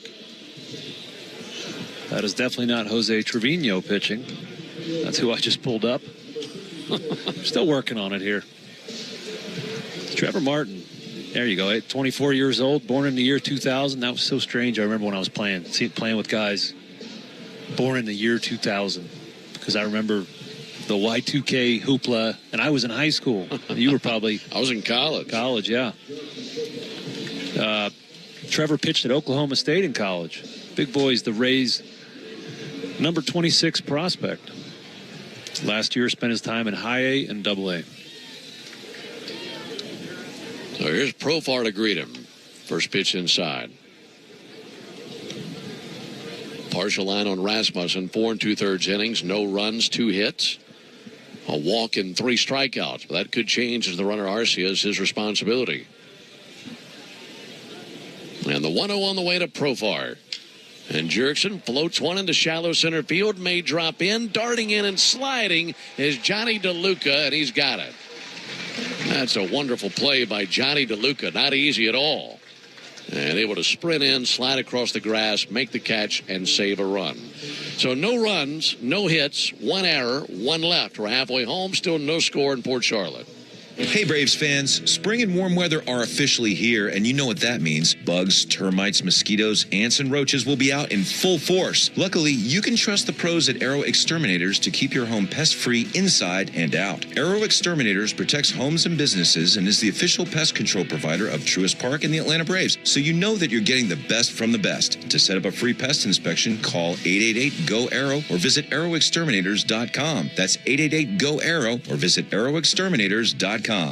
Marco's Pizza was named America's favorite pizza chain by Technomics America's favorite chains data. And America said, who?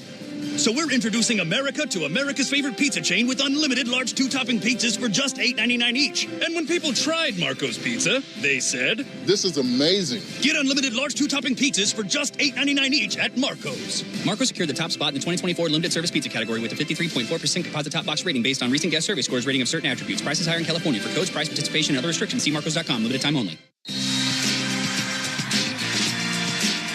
You need all the energy you can get for game day. Luckily at Georgia Power, we know a thing or two about saving energy. We understand that energy costs are an important part of your budget. That's why we're dedicated to providing tools and assistance that can help make a difference, so you can save your energy for the game. Visit georgiapower.com/myenergy to learn more. Hurry up and get your Braves tickets for the 2025 season. With great matchups and multiple seating options and packages available, there's something every fan will love. Visit Braves.com/tickets today. Rolling on to the bottom of the 5th inning here at Charlotte Sports Park. Chris Sale's day is done after 4 scoreless in his final tune-up of Grapefruit League action. On to relieve him, the young righty, A.J. Smith-Shawver. His first pitch is to Jose Caballero, and that's in for a called strike. Fastball 95. Chris Sale is in the Braves bullpen finishing his work. 0-1 pitch is low and outside. When a guy starts a game in spring training and goes out of the bullpen, what is he looking to finish on out there? He's just got to get the volume in his arm is all it is. It indicates to me they want A.J. Smith-Shawver to finish his game out, to throw these last 5 innings. 1-1, called strike. And they'd rather see A.J. face hitters than Chris face hitters. So Chris is down in the bullpen, Chuck's in the rock. 1-2 low and outside. Well, he just finished, and he goes to sit down. I wonder if he'll get back up and do that once or twice. Yeah, you got to simulate those in between, 7-8 minute sits. 2 a lunge and a miss, and he strikes out Caballero. A.J. Smith-Shawver off to a good start. That's that devastating changeup. And I got a chance to ask him about that changeup a couple days ago at camp. He said he first started throwing it in 23. I thought he started it last spring training in 24, but last spring training is when he really put an emphasis on that changeup, and he's really shaped it into a great pitch. Taylor Walls takes the ball outside. Between 23 and 24, he added over 5.5 inches of drop to that pitch. Wow. So last year is the first year it became a real weapon, and you're seeing that this spring. 1-0 to Walls, low and inside. I mean, it's just, it went from a okay pitch, maybe above average, to just a plus pitch. And it pairs so nicely with his high 90s fastball. 2-0 is high. Well, here's the interesting thing this spring. We've talked a lot about Chris Sale's change, which we did last year. It's nothing new compared to last season, but he revamped the change last spring. Spencer Strider has really retooled the changeup. There's a called strike and a pitch that he has a lot of confidence in. And we've seen it from A.J. Smith-Shawver. So that's a pitch that for three guys in the rotation is allowed them to have a major surge forward in all their stuff. There's a ball low and a one-out walk to Taylor Walls. And that's all, it's part of the evolution of pitching that's happened here in the last few years, specifically with the changeup. We found out that traditionally we tried to pronate. So when you throw, you're bringing your thumb towards your body earlier and pronating. And these pitchers, some guys don't have the aptitude to do that. So these three guys, Sale, Strider, and Smith-Shawver, found out I could throw a changeup from behind the ball. Johnny DeLuca fouls one back. And they're nasty. I mean, it's opened up a bunch of doors for guys, like I said, that aren't great at pronating to get on the side of the changeup to take that velocity off. A 1-2 DeLuca, low and outside. All right, so let me ask you, how similar are those three changeups from those three guys?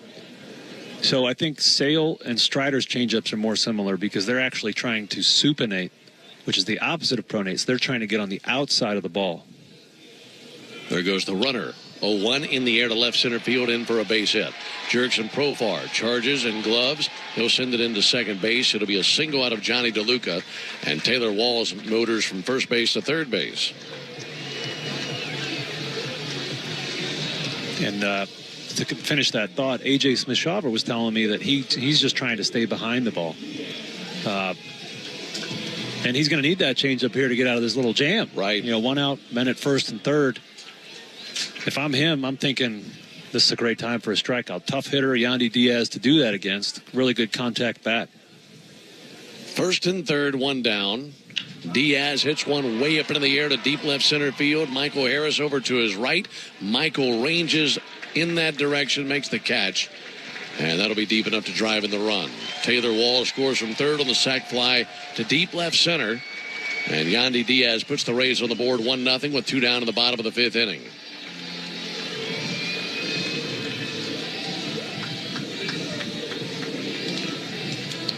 Johnny DeLuca stays put at first base. And it's up to Brandon Lau to keep the inning going for the Rays.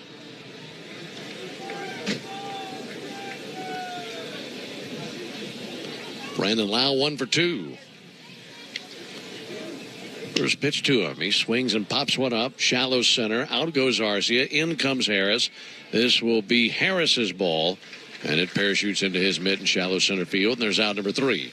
But the Rays score the first run of the game. 1 run, 1 hit, no errors, 1 left. 5 behind us. On to the 6th we go. 1-0 Tampa Bay. Hey, Braves fans, it's Ben Ingram for Emory Healthcare's Heart Care Services. When it comes to your heart or someone close to you, nothing matters more than receiving the absolute best care. It's crucial to seek out doctors who are renowned experts in their fields, highly skilled, and pushing the boundaries of heart disease treatment. At Emory Heart and Vascular, you'll find a large team of specialized physicians and nurses dedicated to your heart health. They offer more options for customized treatment solutions that work for you. To learn more, visit emoryhealthcare.org/heartcare. If you're 55 and up, T-Mobile has plans built just for you. 2 lines of unlimited for just $30 a line. That's a 45% savings compared to Verizon and AT&T. But don't just take our word for it. It's not just the savings that are great with our T-Mobile plan. There's all this value from all these other things that T-Mobile offers. T-Mobile has been such a savings for us. We love it. Switch today and get 2 free 5G phones like the Motorola Edge with Turbo Power charging that gives you power for the day in just 15 minutes. And customers 55 and up can get 2 lines of talk, text, and data for only $30 a line. Go to T-Mobile.com/choice55 to learn more.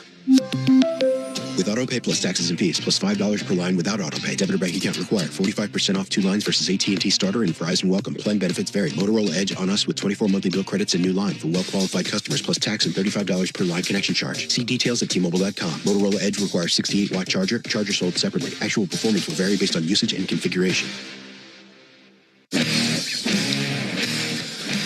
They're rolling into the 6th inning in action here at Charlotte Sports Park. Rays were able to push a run across due to a Yandy Diaz sac fly there in the bottom of the 5th. We have a new Rays pitcher, right-hander Kevin Kelly, 27-year-old low arm slot slinger, pitched in college at James Madison University. So Rays starter Drew Rasmussen, pretty good today, 4 2/3. No earned, and then Trevor Martin picked up that last out of the inning for him. So he'll be happy with his outing today. Let's see how Austin Riley does against this low arm slot righty. Austin 0 for 2, so he's due. And takes a called strike. 1-0 Rays. I've got good news. The runs column on the scoreboard doesn't appear to be functioning. Here's the 0-1 pitch. Ground ball foul outside the bag at third. So they still have the score at 0-0. In fact, the errors column isn't functioning. Can barely see the count. They got the strikes displayed, but the balls not displayed. Here's the 0-2 pitch on the way to Austin Riley. Outside, 1 ball and 2 strikes.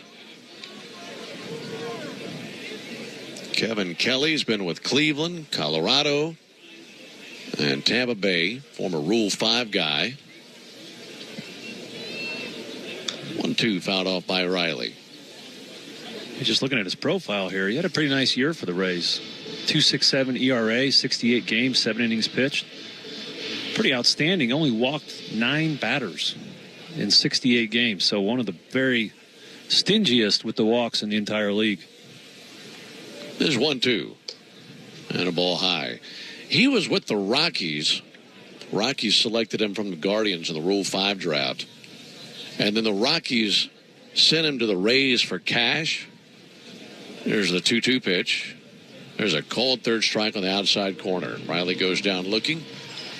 And 1 down in the 6th inning. For a pitcher to be sold for cash to any other organization, the pitcher would probably pay the cash amount himself if it had been getting out of Colorado. That's the truth. You want to sell me? Tell me the price. I'll cut a check right here. Here's the first pitch to Matt Olson. That's in for a called strike.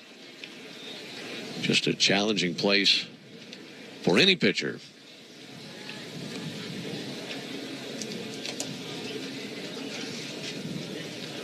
Oh, 1 to Olson.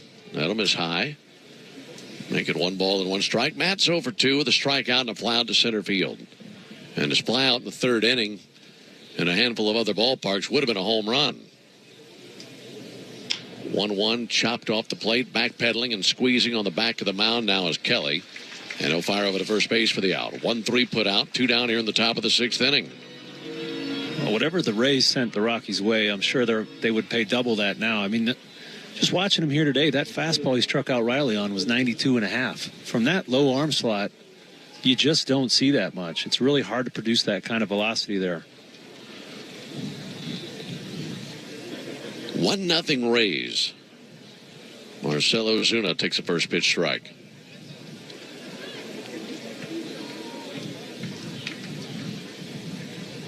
Rays with 1 run on 4 hits. Braves no runs, 2 hits.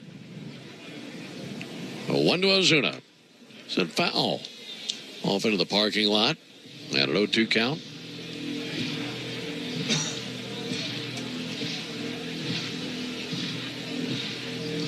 Time requested by Ozuna. Takes a practice cut. He's got a yellow shin guard on his left foot. Got the neon yellow sleeve on his right arm. Steadies his bat, waits on the right-hander Kelly. Here it comes. This tie.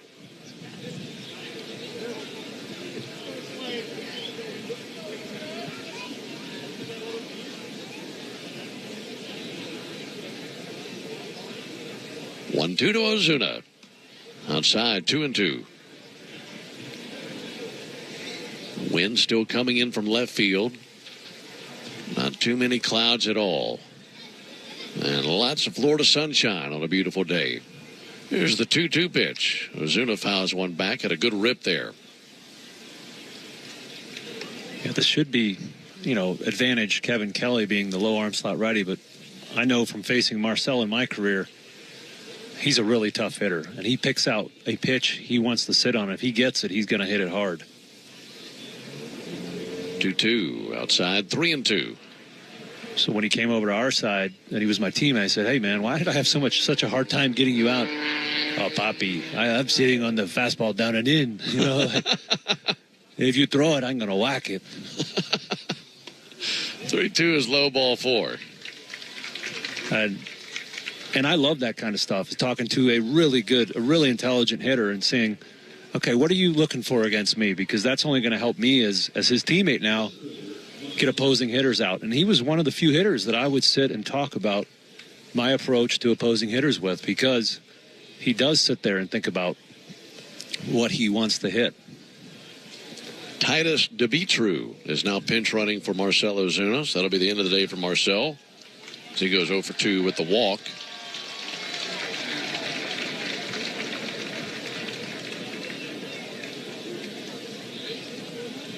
Bat in the hands of Michael Harris.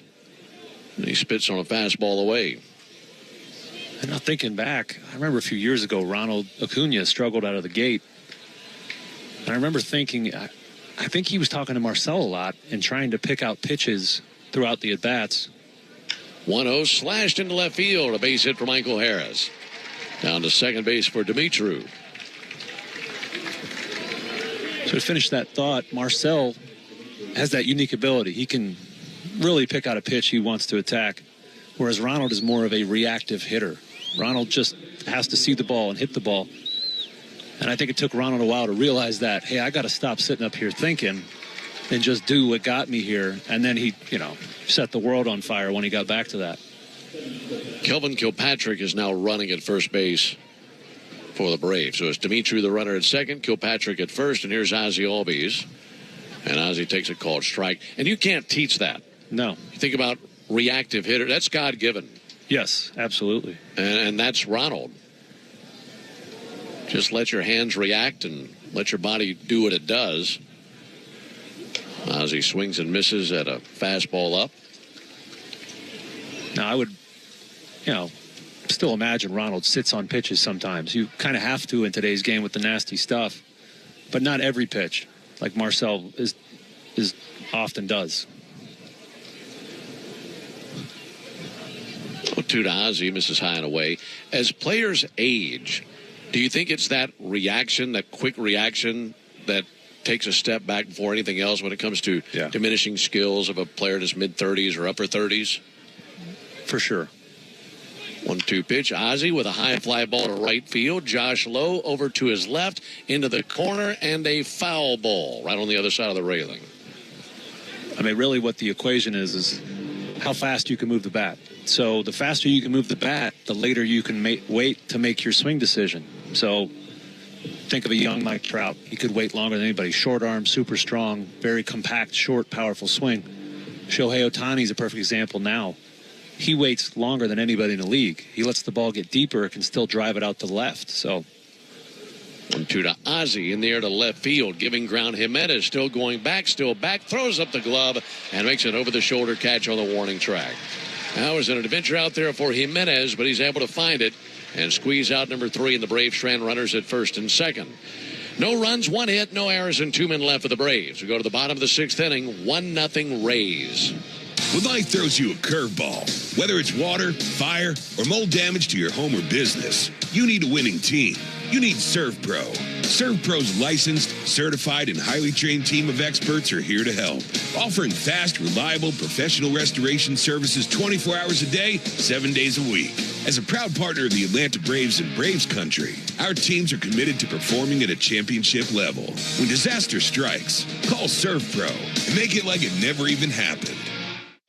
Get the grills fired up and ready to cook. Next month on April 26th, Howard Brothers will be hosting their second annual First Responders Cook-Off at their Lula store located at 4336 Cornelia Highway in Lula. It's the time to celebrate the heroes who keep our community safe and see some friendly competition between the first responder teams participating. Enjoy some family fun and delicious food samples while you visit. Don't miss the showdown starting at 9 a.m. Saturday, April 26th at Howard Brothers in Lula.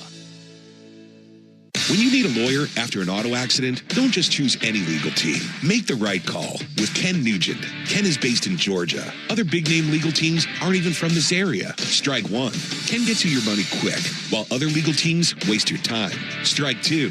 Ken and his team are with you from start to finish. Other legal teams pass you off to a secondary team. Strike three. 3 strikes. Those other legal teams are out. One call to Ken. That's all you need. 404-CALL-KEN. One call, that's all. The Major League Baseball All-Star Game is coming to Truist Park July 11th through 15th. Find all the details at Braves.com/All-Star Game.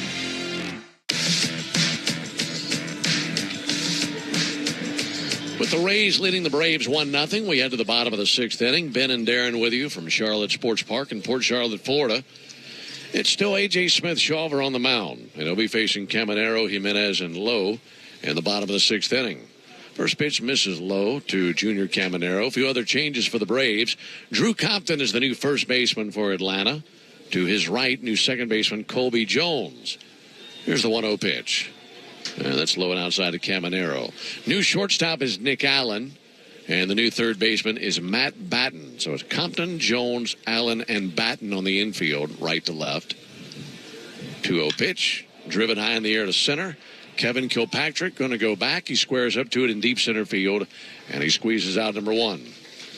It's still Jurickson Profar in left. It's still Drake Baldwin behind the plate, but Kevin Kilpatrick is in center field, and Cody Milligan is the new right fielder. Yeah, we had a mass exodus of Brave starters there. I saw them running across the field, running to the clubhouse, catch the early bus, or drive their cars home. Eloy Jimenez slaps one on the ground to third base. Matt Batten squeezes, fires across the diamond, 2 down. I saw Arcia, Albies, Riley, Olsen, all of them walking together in a big group. And then I caught Eli White running, grabbing his bag, running to catch up, and just thinking, man, I bet it feels good for Eli to be included in that group. It's in that first group. Yeah. And it feels pretty good to be able to run off the field with all your buddies, and get that early bus back to, Northport. Josh Lowe takes the ball low. Now, for these starters today, this is 3 days in a row they're playing. Played in Tampa the other night, played at home against the Phillies yesterday, and today here against the Rays. That's fouled off by Lowe, which is a no-brainer because we got about a 2.5-hour bus ride tomorrow. I don't think those guys will make the trip to Lakeland tomorrow. Yeah, whatever we have to do, Snit, to dodge that Lakeland trip, we will do it. So they've been in there the last 3 nights. 1-1 to Josh Lowe, low and outside. It might not be quite as bad tomorrow since it'll be a Saturday morning. You can get traffic through Tampa and around Lakeland. It'll set you back an hour. It can take you 2.5 hours to get there on a bad traffic day. This is looped to the left field for a base hit by Lowe. 2-out single by him, his second knock of the game. But if it's pretty wide open, you might can get there between an hour and a half and 2 hours. So hopefully that's the case for me tomorrow. You two won't have to deal with it. Yep. You'll be on a flight back to Atlanta tonight, won't you? I will. I think I've made that trip to Lakeland one time when I was with the Mets a long time ago. I said, I hope I never have to come back here again. Ben Rortvedt takes a called strike. It's a nice facility, and they put a bunch of money into it here in the last decade and really revamped it. But it's a long way for just about any team in the Grapefruit League, seeing as where most of the teams are located now. Lakeland's quite the hike. Here's the 0-1 pitch on the way to Ben Rortvedt. That'll be sent foul into the Rays dugout. Yeah. Used to, that was our closest opponent when we were at the Wide World of Sports there in Lake Buena Vista. It was right down I-4, good 20, 25 minutes away there in Central Florida. But over the years, the last 7, 8 years, all these teams have gone to either the east or west coast of Florida. Chase and a miss by Rortvedt. He strikes out, and that ends the bottom of the 6th inning. Good stuff there out of A.J. Smith-Shawver. We played 6 innings. We go to the top of the 7th, 1-0 Rays. Hello, I'm Neil Pruitt, Chairman and CEO of Pruitt Health. We believe family makes us stronger. Pruitt Health has served families and communities throughout the Southeast for more than 50 years. If you're looking for skilled nursing, home health, or hospice care, count on our caregivers to provide the personalized plan your loved one needs. Learn more, visit PruittHealth.com. Pruitt Health is a proud partner of the Atlanta Braves. Hard hit ball to short, scooped up and tossed to second. Quick turnaround, it's going to be close. Throws it to first, and he's out. Double play. A Braves double play is a well-oiled machine, just like Valvoline Instant Oil Change. We'll change your oil in about 15 minutes while you stay in your car. The only thing that'll be out here is your old oil. Drive into your neighborhood Atlanta location today. No appointment needed. Valvoline Instant Oil Change is a proud partner of the Atlanta Braves. When you're looking for leading cardiac care, look to Northside Hospital Heart Institute. We lead with 95% patient recommendations. You could say we're #1 in the heart of Georgia. We lead with 100 dedicated cardiovascular doctors, so you'll know your heart is in the best hands. We lead with compassion, because you are at the heart of our care. Northside Hospital Heart Institute. We lead with heart.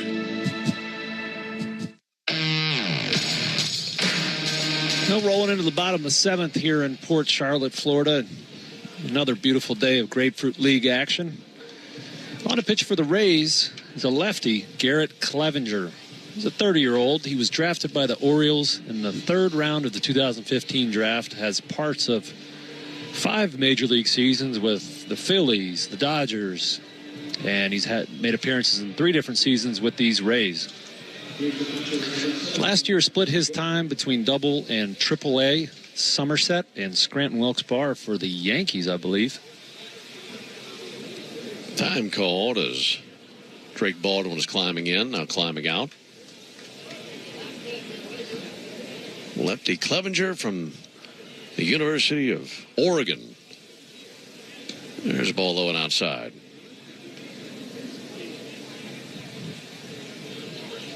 One run, 5 hits, 1 error for the Rays. No runs, 3 hits, no errors for the Braves. There it is from Clevenger. There's a called strike. There is a Braves connection for Clevenger. He's got an uncle, Matt McWilliams, who played 1 year in the Braves minor league system. He was a pitcher. That was back in 1995. Here's a 1-1 pitch on the way to Drake Baldwin. And a swing and a miss by Drake. And Clevenger's got a big heater, 96.4 on average on last season. Also throws a cutter and a slider, so another tough lefty at bat for Drake Baldwin. 1-2, reach and a miss for strike 3. That's a tough pitch. And that's, we talked last time about the velocity. There's lots of velocity in AAA, but the big step in the major leagues for Drake Baldwin is going to be the command of the secondary stuff, the off-speed stuff. You have to be ready in any count in the major leagues for those pitches. That's pretty challenging day in, day out. Here's Nick Allen. He'll swing and miss. But we've seen some pretty good glimpses in left-on-left matchups for Drake. Just the other night, he had that walk versus Tim Hill. It was a really tough at-bat. Yeah, that at-bat fired me up. Really did, because that's what Tim Hill gets paid to do, is get those lefties out. 1 to Allen, low and inside. And as I mentioned, Drake's quick swing, short, compact, directly to the ball. It's not a big, loopy, trying to produce a ton of power. He's a balanced hitter. 1-1 to Allen, sent foul. He's going to run into some home runs in the major leagues. I would expect, 10, 15, maybe 20, 25 as he gets a little bit older and gets on the good big league food diet, fills out a little bit.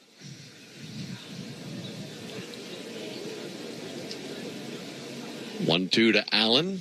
Dropped in for a called third strike. Nick doesn't like the call and heads back to the dugout. Few changes for the Rays. New catcher is Tres Barrera. Takes over for Ben Rortvedt. Narciso Polanco is in right field, as he's now batting sixth. Tristan Peters has entered the game in left field, so Peters in left. They have got Jamie Westbrook at third base. There's a called strike.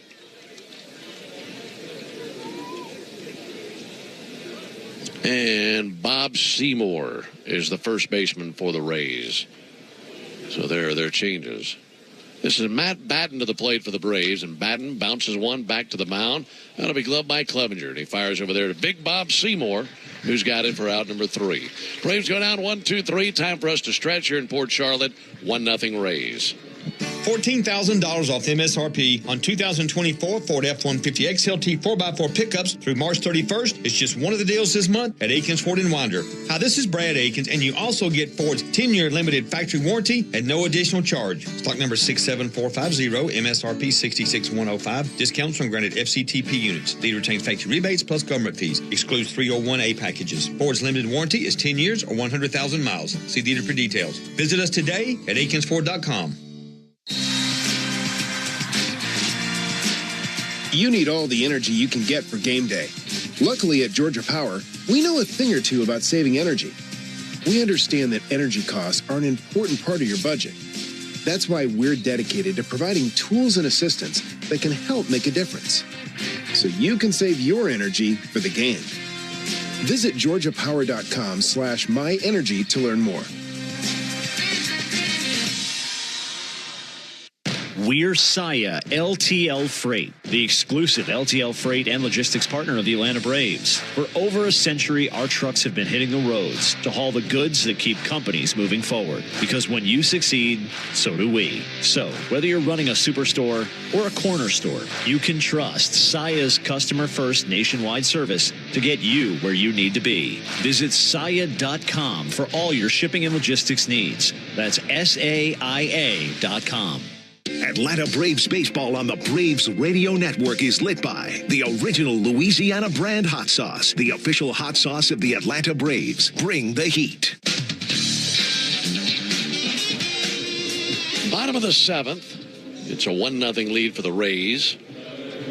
Still A.J. Smith-Shawver on the mound for the Braves. He could go the rest of the way. It'll be 8-9-1 for the Rays here in the bottom of the 7th inning.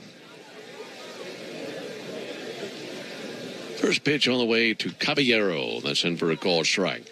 Alongside Darren O'Day and our producer-engineer Jonathan Chadwick. Ben Ingram here with you from Charlotte Sports Park. The only run of the game coming in on a sac fly in the bottom of the 5th inning. Hit by Yandy Diaz to drive in Taylor Walls. That's been it. Called strike there on Caballero.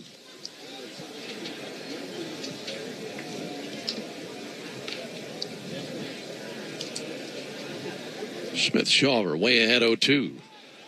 He deals to Caballero, and time called right as A.J. was about to deal to the plate. Still Drake Baldwin behind the plate.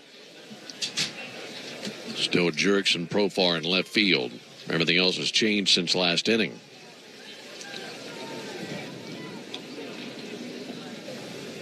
Oh, 2 bounced up there and barely made it to the batter's circle.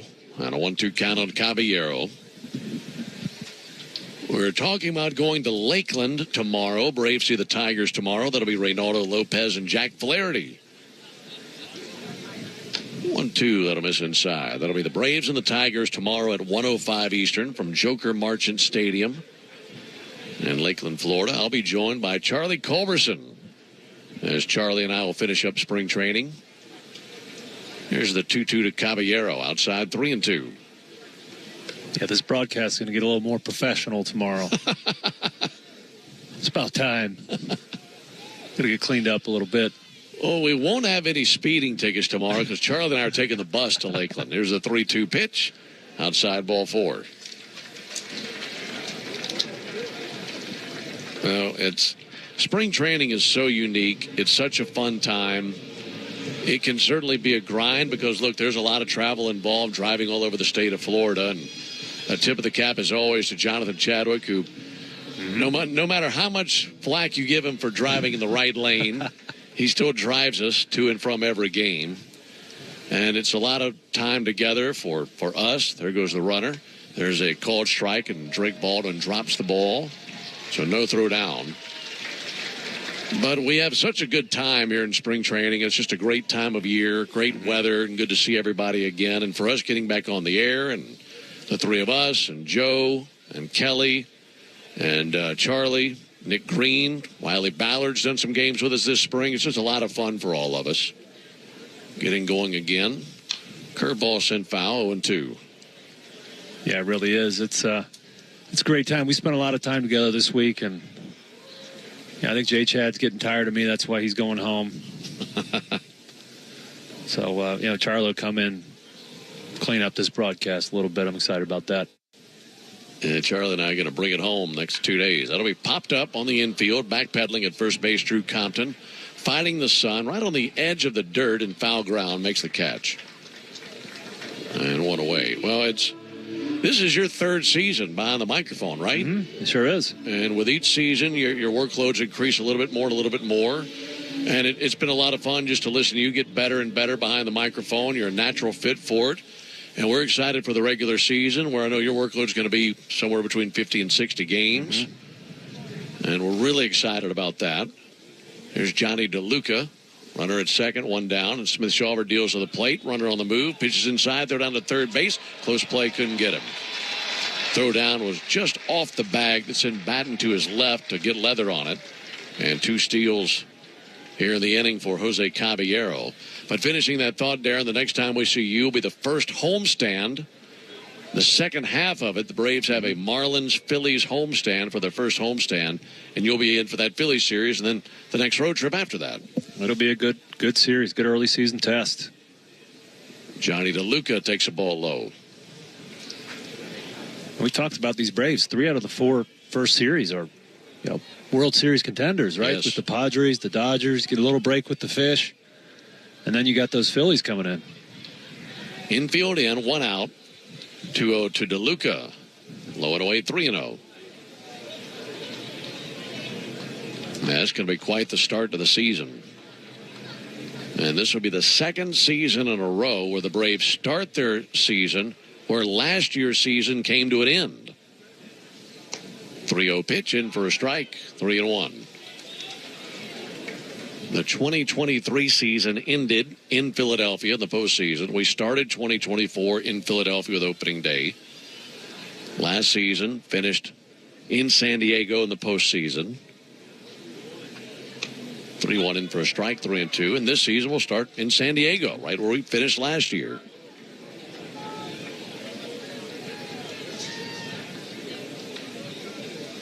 With a runner at third and 1 down, AJ could really use a strikeout right here. The 3-2 pitch. Softly tapped up the first base line. Holding at third base, the runner Caballero. Tossed to the bag by Compton. And AJ's there for the play. That's a nice job by a very athletic pitcher to get over there and get the out and 2 down. Yeah, AJ, a very well-known, good football athlete as well. He covered some ground there. Looked like a free safety getting over there to make a tackle. I'm surprised Caballero didn't go there. Me too. He's already stolen 2 bases this inning. He stole 44 last season, so we know he runs well. Maybe just a misread down there at third base. Now in the hands of Bob Seymour. Seymour with a fly ball to left field on the first pitch. Here comes Jerkson Profar, plays it on a bounce. That'll drive it a run.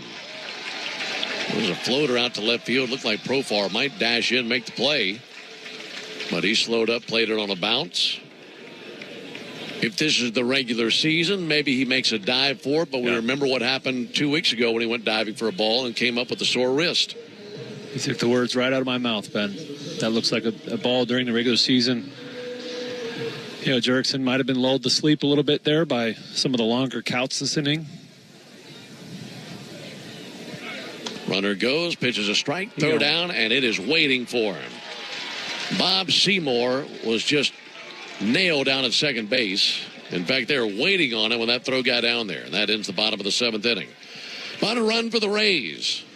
And it comes on one hit, no errors, none left. At the end of 7, it's 2-0 Tampa Bay. Hey, Braves fans, it's Ben Ingram for Emory Healthcare's Heart Care Services. When it comes to your heart or someone close to you, nothing matters more than receiving the absolute best care. It's crucial to seek out doctors who are renowned experts in their fields, highly skilled, and pushing the boundaries of heart disease treatment. At Emory Heart and Vascular, you'll find a large team of specialized physicians and nurses dedicated to your heart health. They offer more options for customized treatment solutions that work for you. To learn more, visit emoryhealthcare.org/heartcare. This is one of my favorite spots, Kevin. Let's go play some Keno. At last, I found the Pirates Cove. It's time to start digging for me treasure. No, this is a club called the Pirates Cove. But you can win money playing Keno here. Yar. You just pick 10 numbers, then Keno picks 20. The more you match, the more you win. You'd make a great pirate, Goat. Grab your treasure. Win up to $100,000 every 3.5 minutes playing Keno from the Georgia Lottery. Play responsibly. Hey fans, just like Atlanta's fantastic baseball team hits home runs, Georgia Banking Company hits it out of the park with exceptional service and local expertise. As the bank of choice, we're all about winning for Atlanta. With our mobile app, you can change your accounts, transfer funds, and deposit checks anytime, anywhere. Step up to the plate and visit us at georgiabanking.com. Georgia Banking Company, where your success is our mission. Member FDIC.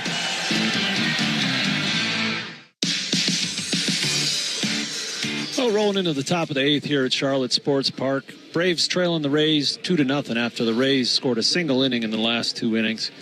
A single run in the last 2 innings. The 5th reliever of the day for the Rays, Joey Gerber, right-hander out of Maple Grove, Minnesota. 27-year-old big boy. 6'4", 215. And he ties up Profar on the first pitch. He swings and misses at a fastball inside. Gerber had some appearances in the major leagues in 2020 with the Mariners. Just 17 games did the tour of the minor leagues last year with the Yankees. A one popped up over by the Braves dugout. And a foul ball landing right in the Braves dugout. 2 runs on 6 hits and 1 error for the Rays. No runs, 3 hits, no errors for the Braves in the top of the 8th inning.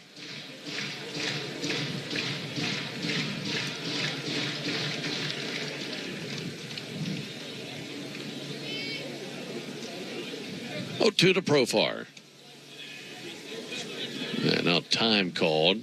A pitch timer violation will be charged to the pitcher Gerber. I was about to say it looked like a perfect pitch. Sure did. And home plate umpire Jen Paywall did not even make a selection. And that's when she pointed to the watch. So the 1-2 pitch going to be hit hard to the left side. Backhanding at shortstop now is Taylor Walls. He throws over in time with the out.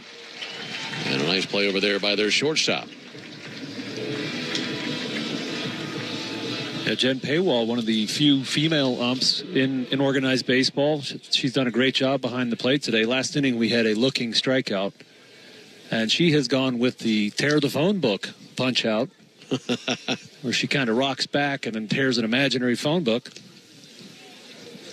Pitch to Cody Milligan will miss. One of my favorites. I always love what sets umpires apart is that called third strike umpire celebration. It's like a touchdown dance in the NFL. And she's tearing the phone book. 1-0 is outside of Milligan. Yeah, you get to kind of put your own twist to it. Mm-hmm. Did you ever umpire at any level? Like growing up or anything? I guess you're always playing. No, my older brother quit umpiring because the parents were so bad. Yelling at him. I believe it. 2-0 popped up towards foul territory and into the seats down the left field line. By the way, the new shortstop for the Rays is Tanner Murray.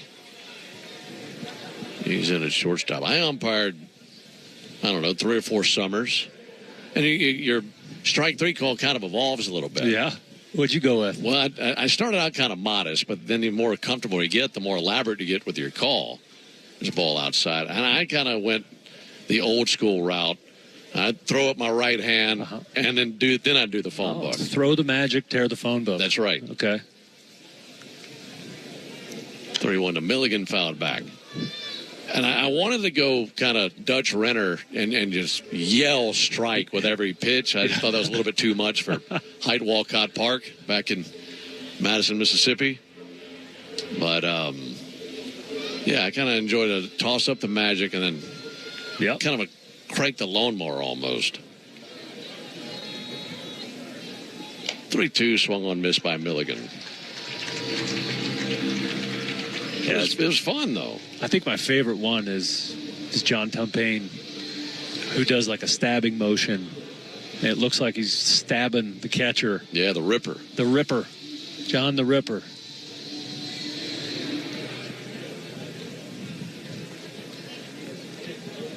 Two down in the 8th inning.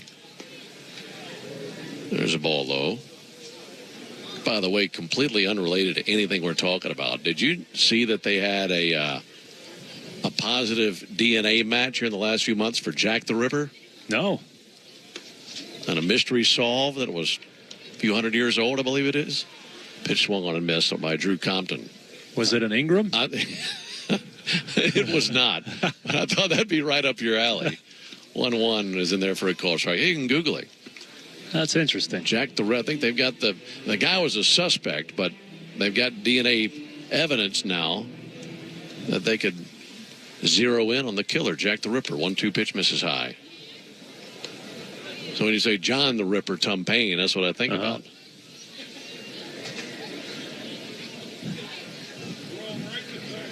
Here's the 0-2, rather the 2-2 from Gerber. That'll be fouled back. Still 2-2.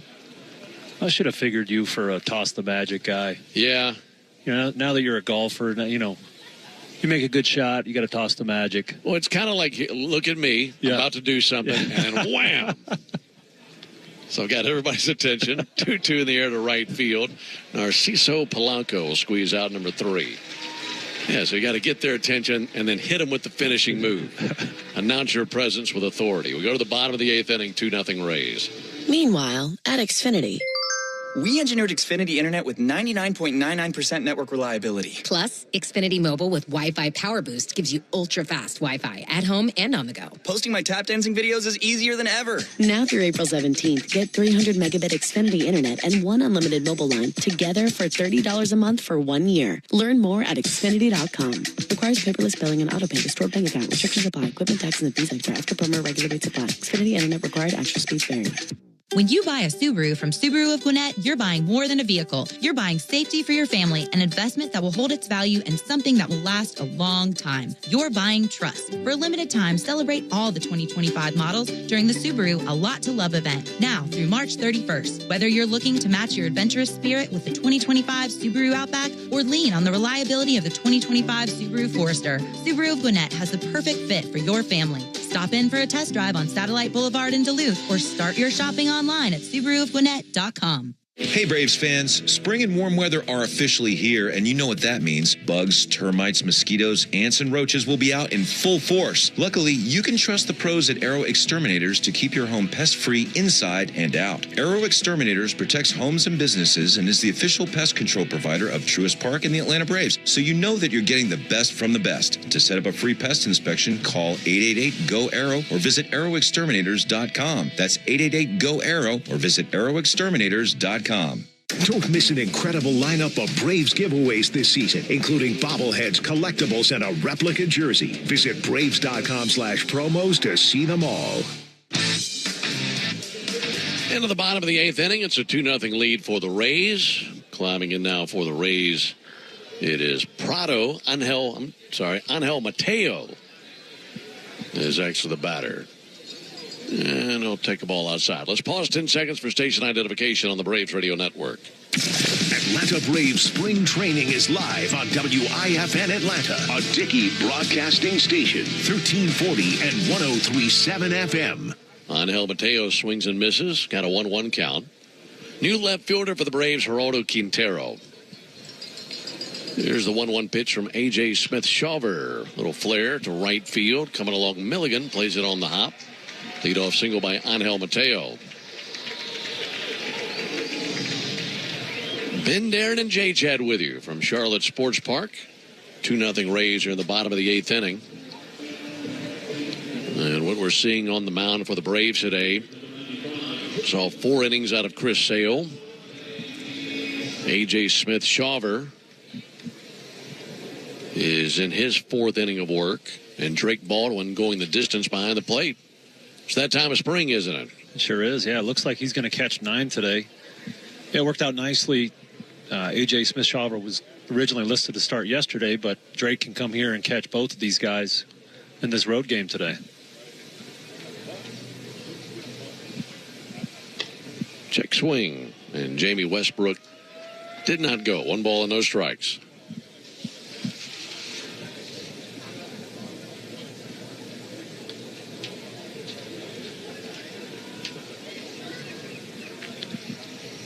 Smith-Shawver ready to bring the 1-0 pitch. He deals, and there's a ball a little bit low and outside.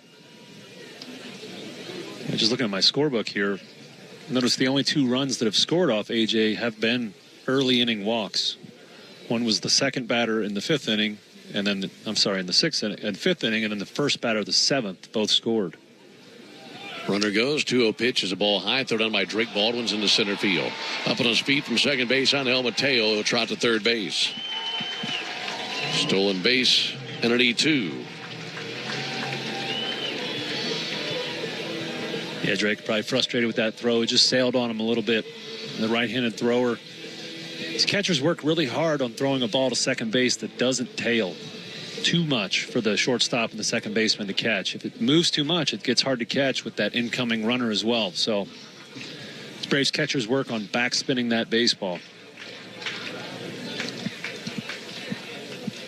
Infield in, 3-0 pitch, popped up. Shallow center coming in. Kilpatrick still coming in, and Kilpatrick has got it. Holding at third base now is Mateo. 1 out in the 8th. Tristan Peters is the batter.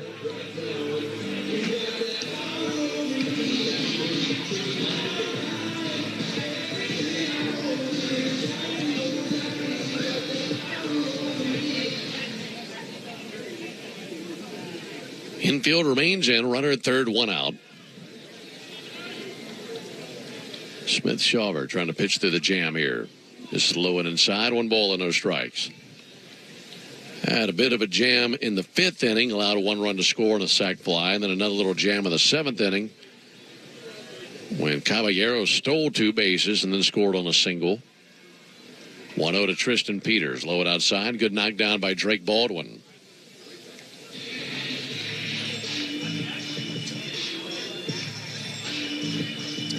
The Rays sure have been running a lot here late in the game. I wonder if that's going to be part of their offensive game plan this season, is to push the limits on stolen bases, use speed more than power to produce runs. 2-0 pitch in for a strike. Yeah, they're 3 for 4 in the stolen base department, and all 4 of those stolen base attempts have been in the last 2 innings.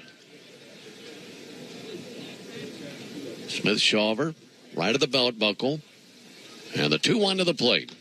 Check swing sent foul by the Braves dugout. That'll bounce into the Braves dugout.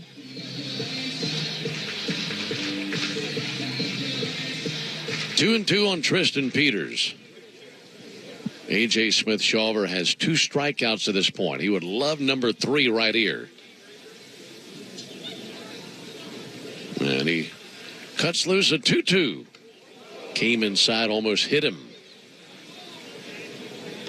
Fastball drifted in. So now a 3-2 count on Peters, left-handed hitter.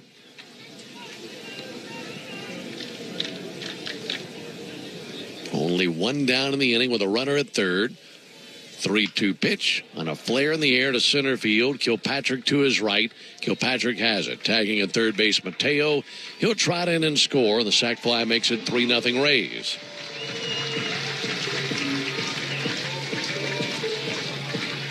You know, AJ's last time to the mound, he faced Minnesota on the 15th, struck out 8 in 4 innings. And I wasn't here for that game, but I got to watch the highlights, and it was pretty ridiculous, his stuff. I don't think he has his best stuff here today.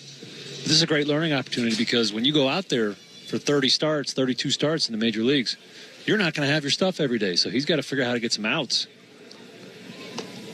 There's a called strike on Narciso Polanco. You got to figure out how to get some outs without, you know, your very best stuff, because the 1/3 of starts, we have everything working. It's all gravy, man. You're feeling good. 0-1, big bouncer out to first base, taken on the second hop by Drew Compton. He'll step on the bag just before the runner arrives, and there's out number 3. But the Rays score another run. 1 run, 1 hit, 1 error, none left. We go to the 9th, 3-0 Rays.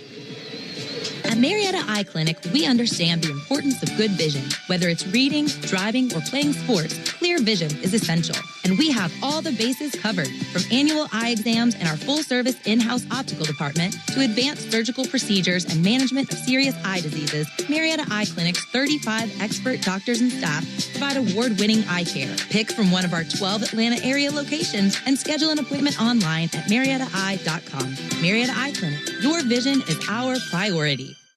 Solomon Brothers Jewelers is back as your preferred jeweler of the Atlanta Braves. As they get ready for the official season, it's time to get ready for engagement season. And that is at Solomon Brothers Jewelers. With the best prices and the largest inventory on loose diamonds and engagement rings you will find in the entire city. We're proud to be the best local jeweler here in the city. So come visit us at any of our 3 locations in Buckhead, Alpharetta, or Sharpsburg, online at SolomonBrothers.com. Love is the most powerful force in the world.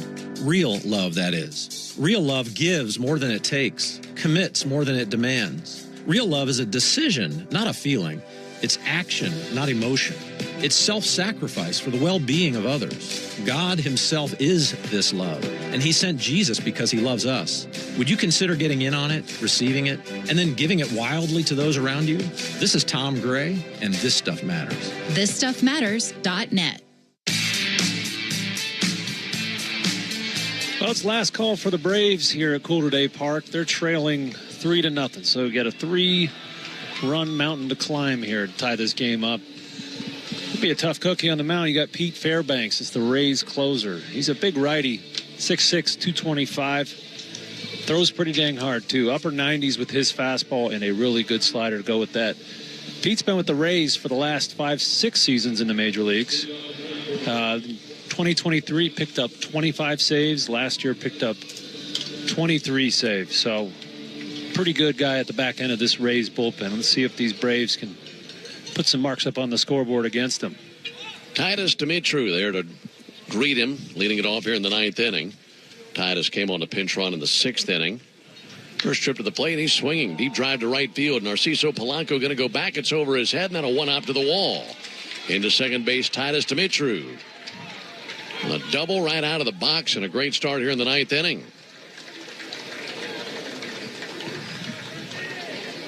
That'll bring Kevin Kilpatrick up to the plate. You know, another indicator of where we are in spring, you think about a guy like Fairbanks. Use him as the closer. Yep. Earlier in spring, he's trying to get in there as soon as possible, get his work done. But this late in spring, you're trying to mimic what you're going to see in the regular season. Here he is in the 9th inning with a 3-run lead. 3-0 Rays, top of the 9th. Kilpatrick takes a called strike. The last time the Braves had a game here, they're trailing into the 9th inning, scored a few runs in the top of the 9th, tied it, only to see the Rays walk it off in the bottom of the 9th. Well, 1 to Kilpatrick. Slap foul into the seats down the right field line. I saw former Brave Adam Duvall hit the longest home run I've ever seen off of Pete Fairbanks at a rehab game in Durham. I've to this day, I've never seen a ball that I lose sight of like that. It was an absolute monster bomb. 2 fouled off. Adam had never seen a heater he didn't want to swing at, and Pete threw him one, up at his letters at about 98. Adam didn't miss a stitch of it. Legitimately a 500-plus foot home run. Wow. So just out of sight, huh? Oh, gone. 2 misses high. I don't know that I've ever seen 500 feet outside of a home run derby. Yeah. Like in person.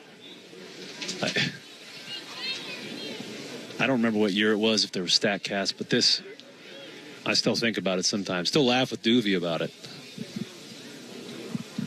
1-2 pitch, and this will be grounded out towards third base. Gloving Westbrook looks back the runner, and the throw over is dropped by Bob Seymour. Hit him right in the glove, but he couldn't squeeze it. And now the tying run comes to the plate. That should be an E3.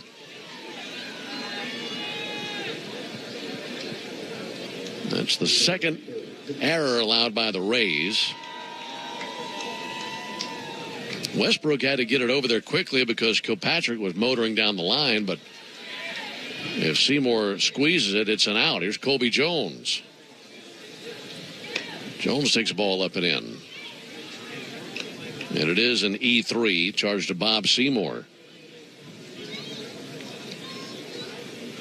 First and second, no one out. It's 3-0 Rays here in the top of the ninth.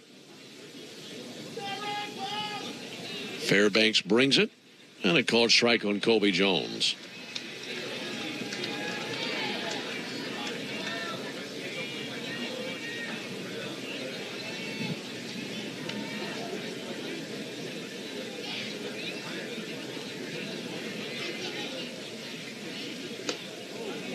A little bit low and outside. 2 balls and a strike.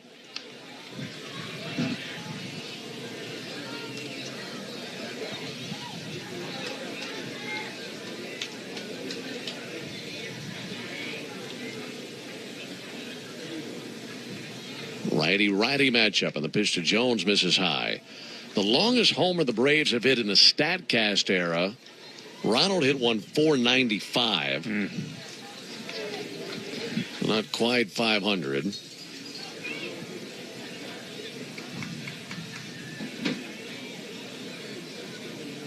Hitters count for Jones 3-1, and he swings and sends one foul back behind us. Yeah, Ronald certainly hits some long home runs. He produces his force in a little different way than Adam Duvall did. Ronald is all fast twitch muscle. Doobie was just a thick boy. He was just strong. Count at 3-2. Runners at first and second, no one out. 3-2 pitch is outside for ball 4, and the bases are loaded. Now the go-ahead run comes to the plate. This will be Chandler Siegel to the plate for the Braves. This is the spot originally taken up by Drake Baldwin.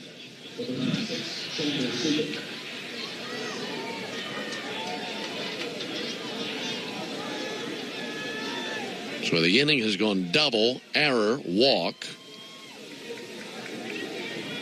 And now Siegel to the plate with Nick Allen on deck. Braves looking to at least get on the scoreboard. Here's the pitch on the way to Siegel, and he swings and misses at a first pitch fastball at 97.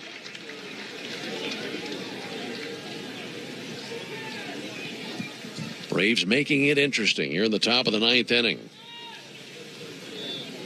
Only 3 hits in the first 8 innings of the game. They've got 1 here in the ninth. 0-1 pitch, a swing and a miss by Siegel. Back to the fastball for Fairbanks, and it's 0-2.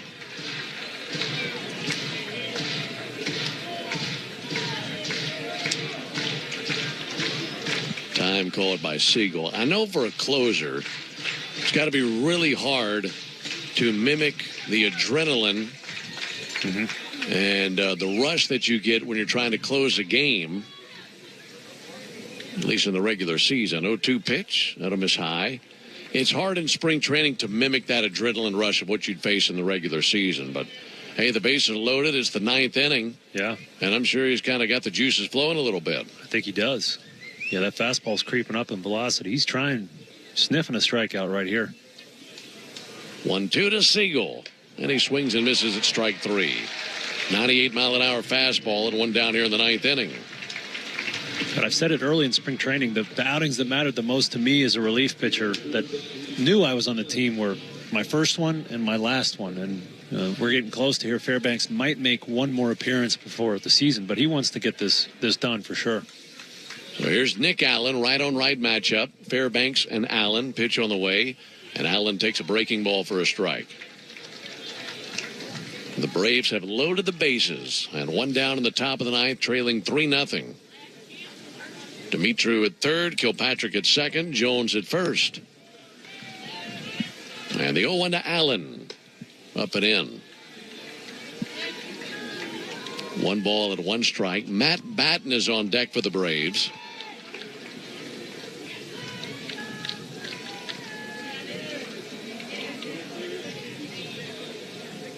Fairbanks, tall right-hander from the first base side of the rubber, brings a 1-1. It's swung on, popped up, foul ground, and out of play down the right side.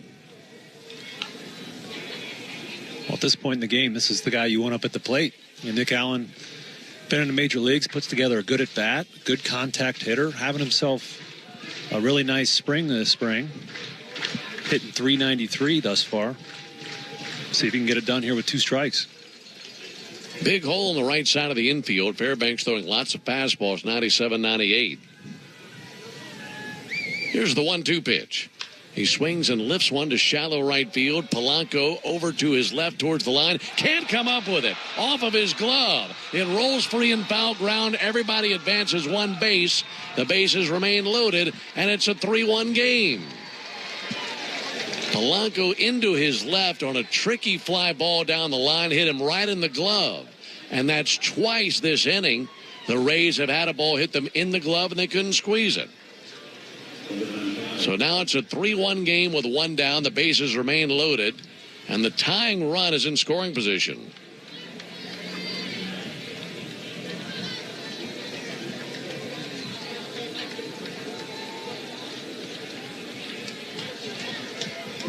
And now Matt Batten to the plate. Batten had a walk-off base hit for the Braves earlier in spring.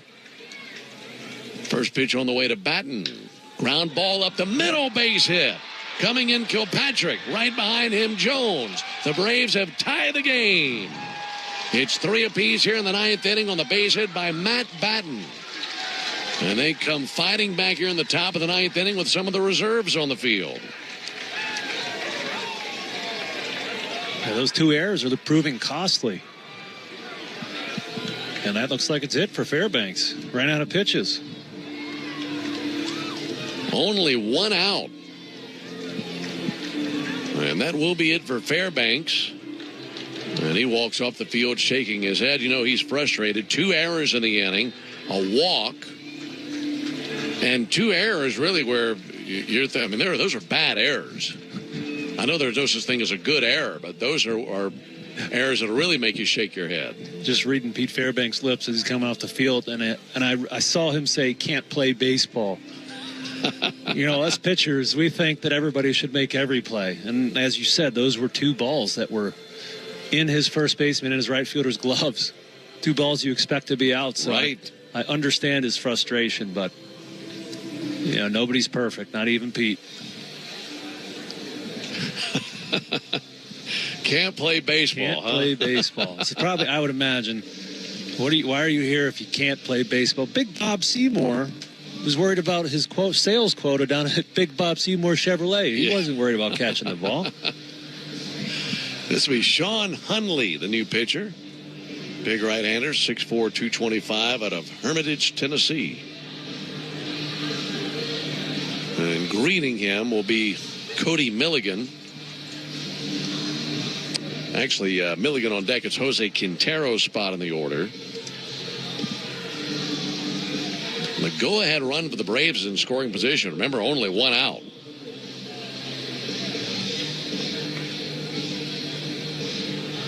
Sean Hunley, right-hander, 6'4", 220, 25-year-old, played his college ball in Tennessee.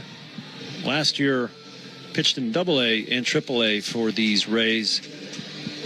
Pretty darn good at AA. Struggled a little bit more in AAA. Short outing there. 75 innings pitched, AA, 52 hits, 52 strikeouts. Probably 20 minutes ago didn't expect to be pitching in this game, but here he is. He's got a tie ball game in his hands. So down at second, Nick Allen. He's got pretty good wheels. Matt Batten at first base. Here's Quintero. He's got a lot of pop in his bat. First pitch to him, and he swings and misses. So Quintero down 0-1. Quintero, the 7th Brave to the plate here in the 9th inning.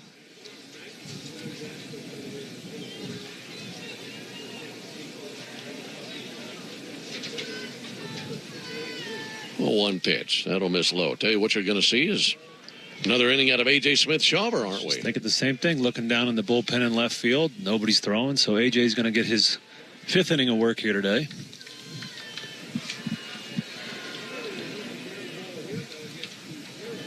Geraldo Quintero swings in a fly ball towards right center field. May drop in. Splash. It does. Around third comes Nick Allen, and the Braves take the lead. A base hit by Geraldo Quintero. Just dunked it into right center field. First to third for Matt Batten. And for the first time today, the Braves have the lead. It's 4-3 in the ninth. This is an exciting finish to the game. These baby Braves doing what the starters couldn't. Pushing some runs across the plate.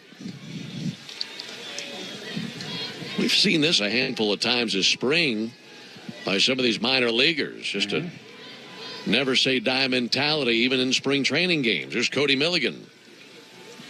Milligan checks swing. There's a called strike. Now the Braves can add on to the lead. Speaking of that mentality, we saw it in this ballpark back on March 3rd when the Braves scored 2 runs in the ninth inning to tie the game.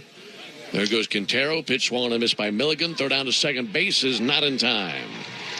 Tres Barrera with a pretty good throw down to second, but not in time to get Geraldo. Now you better believe this Major League coaching staff is noticing these guys. You mentioned Matt Batten has 2 big late inning hits in spring to put the Braves on top or tie up the game. So, they're taking advantage of opportunities. There's a fly ball to left field down the line. A diving effort, and it's past Peters. It rolls to the warning track. This will mean 2 runs.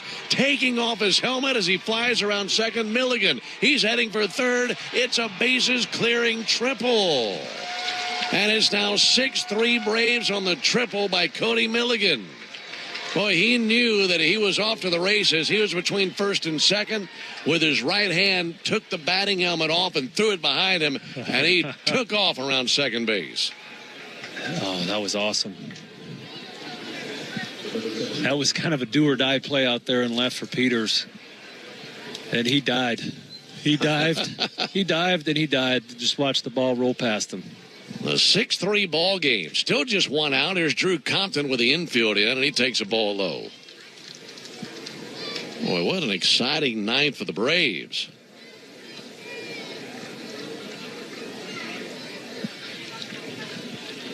A 6-run ninth inning. And the 1-0 pitch. Lifted to left center field. That's going to find space to drop down as well. It's a base hit out of Compton, and it's 7-3 Braves. He motors for second. RBI double. This is a 7-run explosion for the Braves here in the ninth inning as they batted around.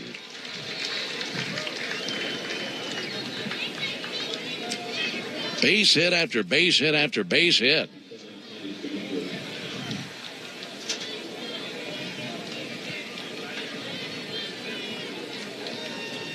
A 7-run ninth. Wow.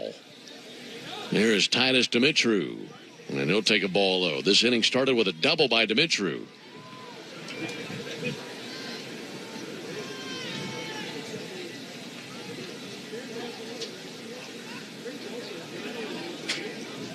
One-0 pitch. A little bit low and outside. This thing has come off the rails in the ninth inning for the Rays. They're working on a shutout victory. Lancaster finds a strike zone there.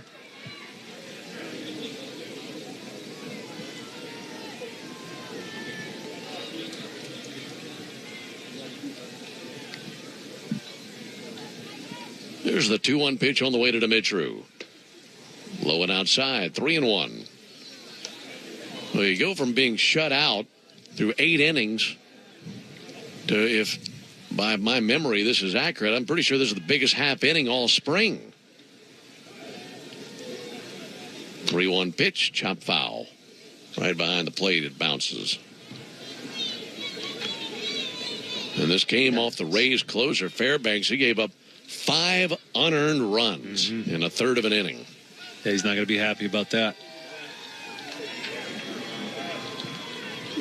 The 3-2 pitch, low and in, ball 4. This is like a March Madness game we got going here. Yeah. Except one team didn't score for 3 quarters, and then they scored 40, 50 in the last one. I mean, the Braves have just taken off here in the ninth inning. That's the beauty of baseball, is that, you don't switch from offense to defense until they get you out. You know, it's not like basketball. You score a point, the other team gets the ball. You just get to keep beating them up here. Braves have gone for a touchdown here in the ninth inning. How's the scorebook looking over there? It's predictably awful, Ben. This is just fast. The hits and the runs are coming in fast and hot here.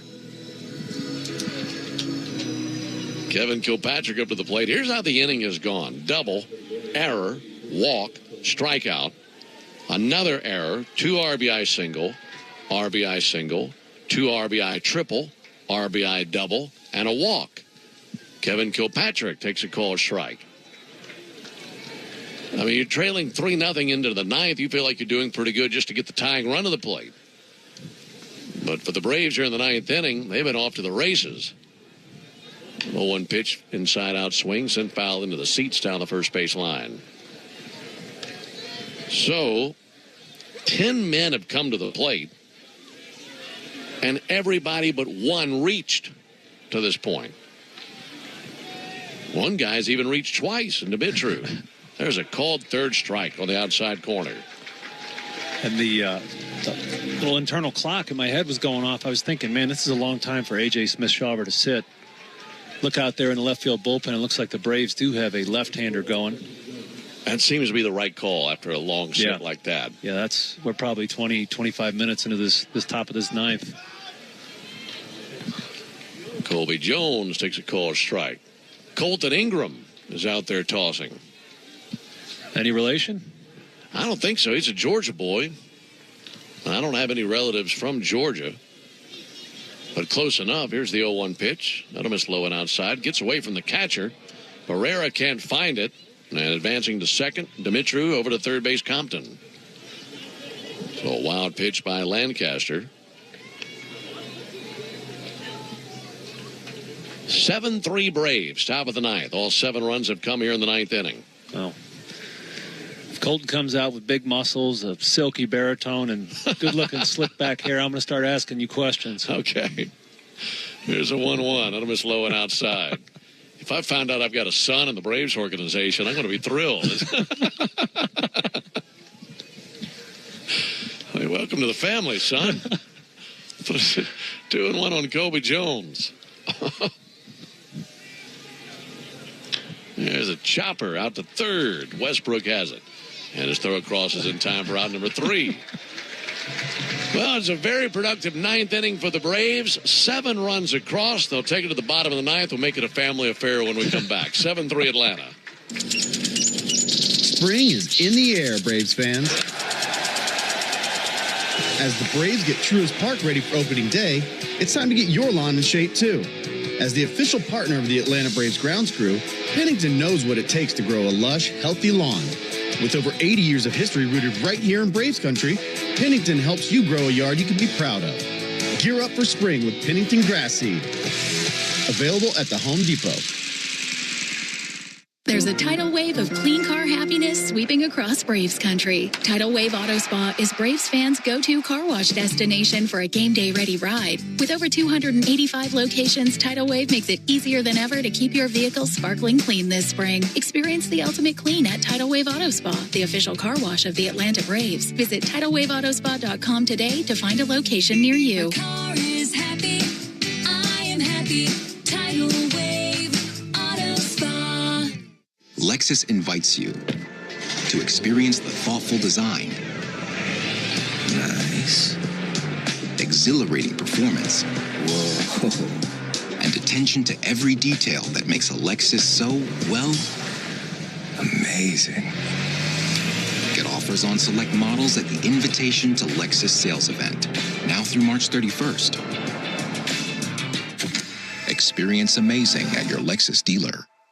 At Georgia Power, we know that energy costs are an important part of every budget, and we're committed to providing tools and assistance to make a difference. Learn more at georgiapower.com/myenergy.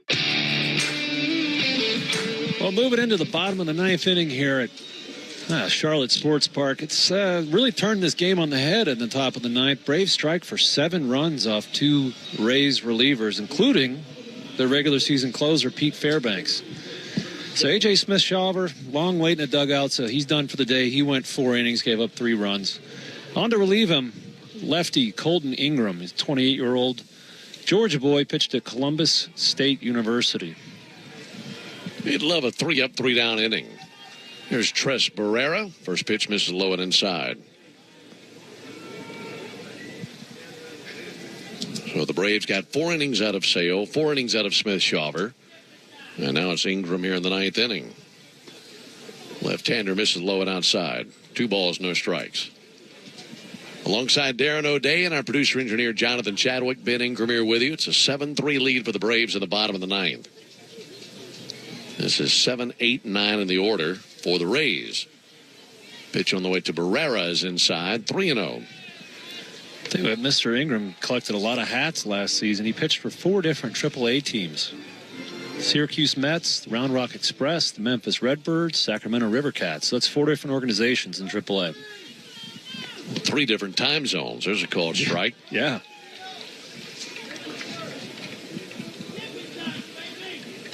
Three and 1 on Tres Barrera. See if Colton Ingram can bounce back and get him. 3-1 pitch. There's a called strike. 3-2. Got a little sinker over the inside corner.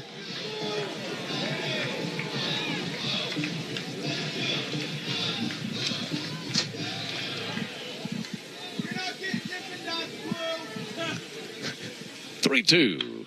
Cranked deep down the left field line. Hooking foul. Landed on the berm down there. You could hear that fan pretty well, couldn't you? He just told home plate umpire Jen Paywall he didn't like the calls. He said, "You're not getting Dippin' Dots, Blue." I'm just thinking, what adult eats Dippin' Dots? It's been the ice cream of the future for a long time. Yeah, right? Again, the 3-2 pitch. Pulled out to third, diving attempt, and past Matt Batten down the left field line. This should be extra bases for Barrera. Up with it, Quintero. And it's a double down the line for Barrera. And the 9th for the Rays starts just like the 9th for the Braves started. You know, full disclosure, Dippin' Dots are a good product and they are delicious. I've eaten the leftovers of my kids quite a few times, but I can't remember the last time I bought them myself. I mean, any kind of ice cream, I'm going to take it. Yeah. Jose Caballero to the plate. Called strike on Caballero. First pitch curveball from Colton Ingram. It's 7-3 Braves in the bottom of the 9th. Runner at second, no one out. Caballero open stance to the right-hand batter's box. Ingram deals the 0-1. A little bit low, 1-1.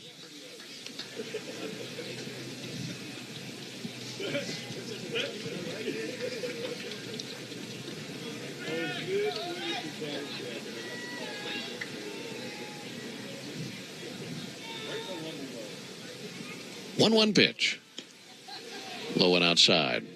Well, I think we zipped through the first 8 innings of this game in under 2 hours. And this has been about a 40-minute 9th inning, just to show you how wild this final frame has been. Yeah, I was already thinking about catching an earlier flight. There's a 2-1 pitch, and he gets one by him, swung on and missed. But that top of the 9th was so much fun. I mean, just it's crazy how that happens. Just every ball was falling in. Yeah.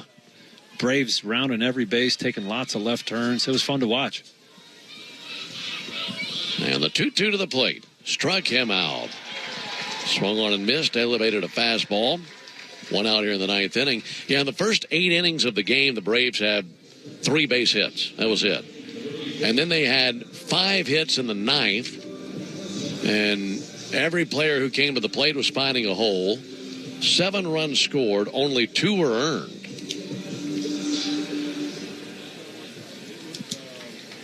Tanner Murray comes up to the plate.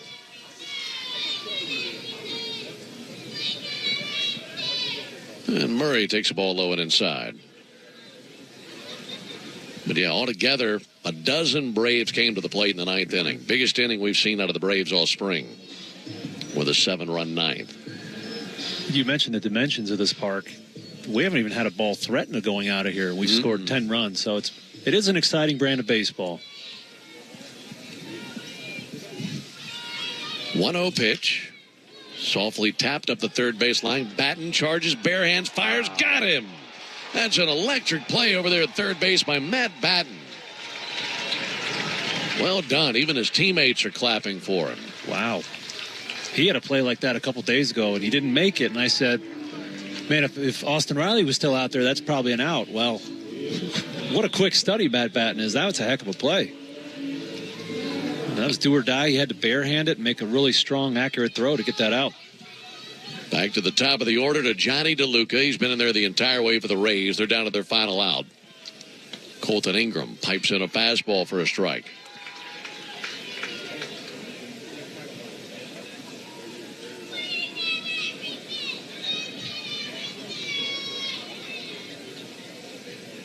Oh, 1 is high. 1 ball, 1 strike.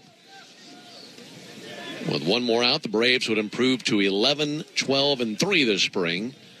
And the Rays would fall to 11, 12, and 4.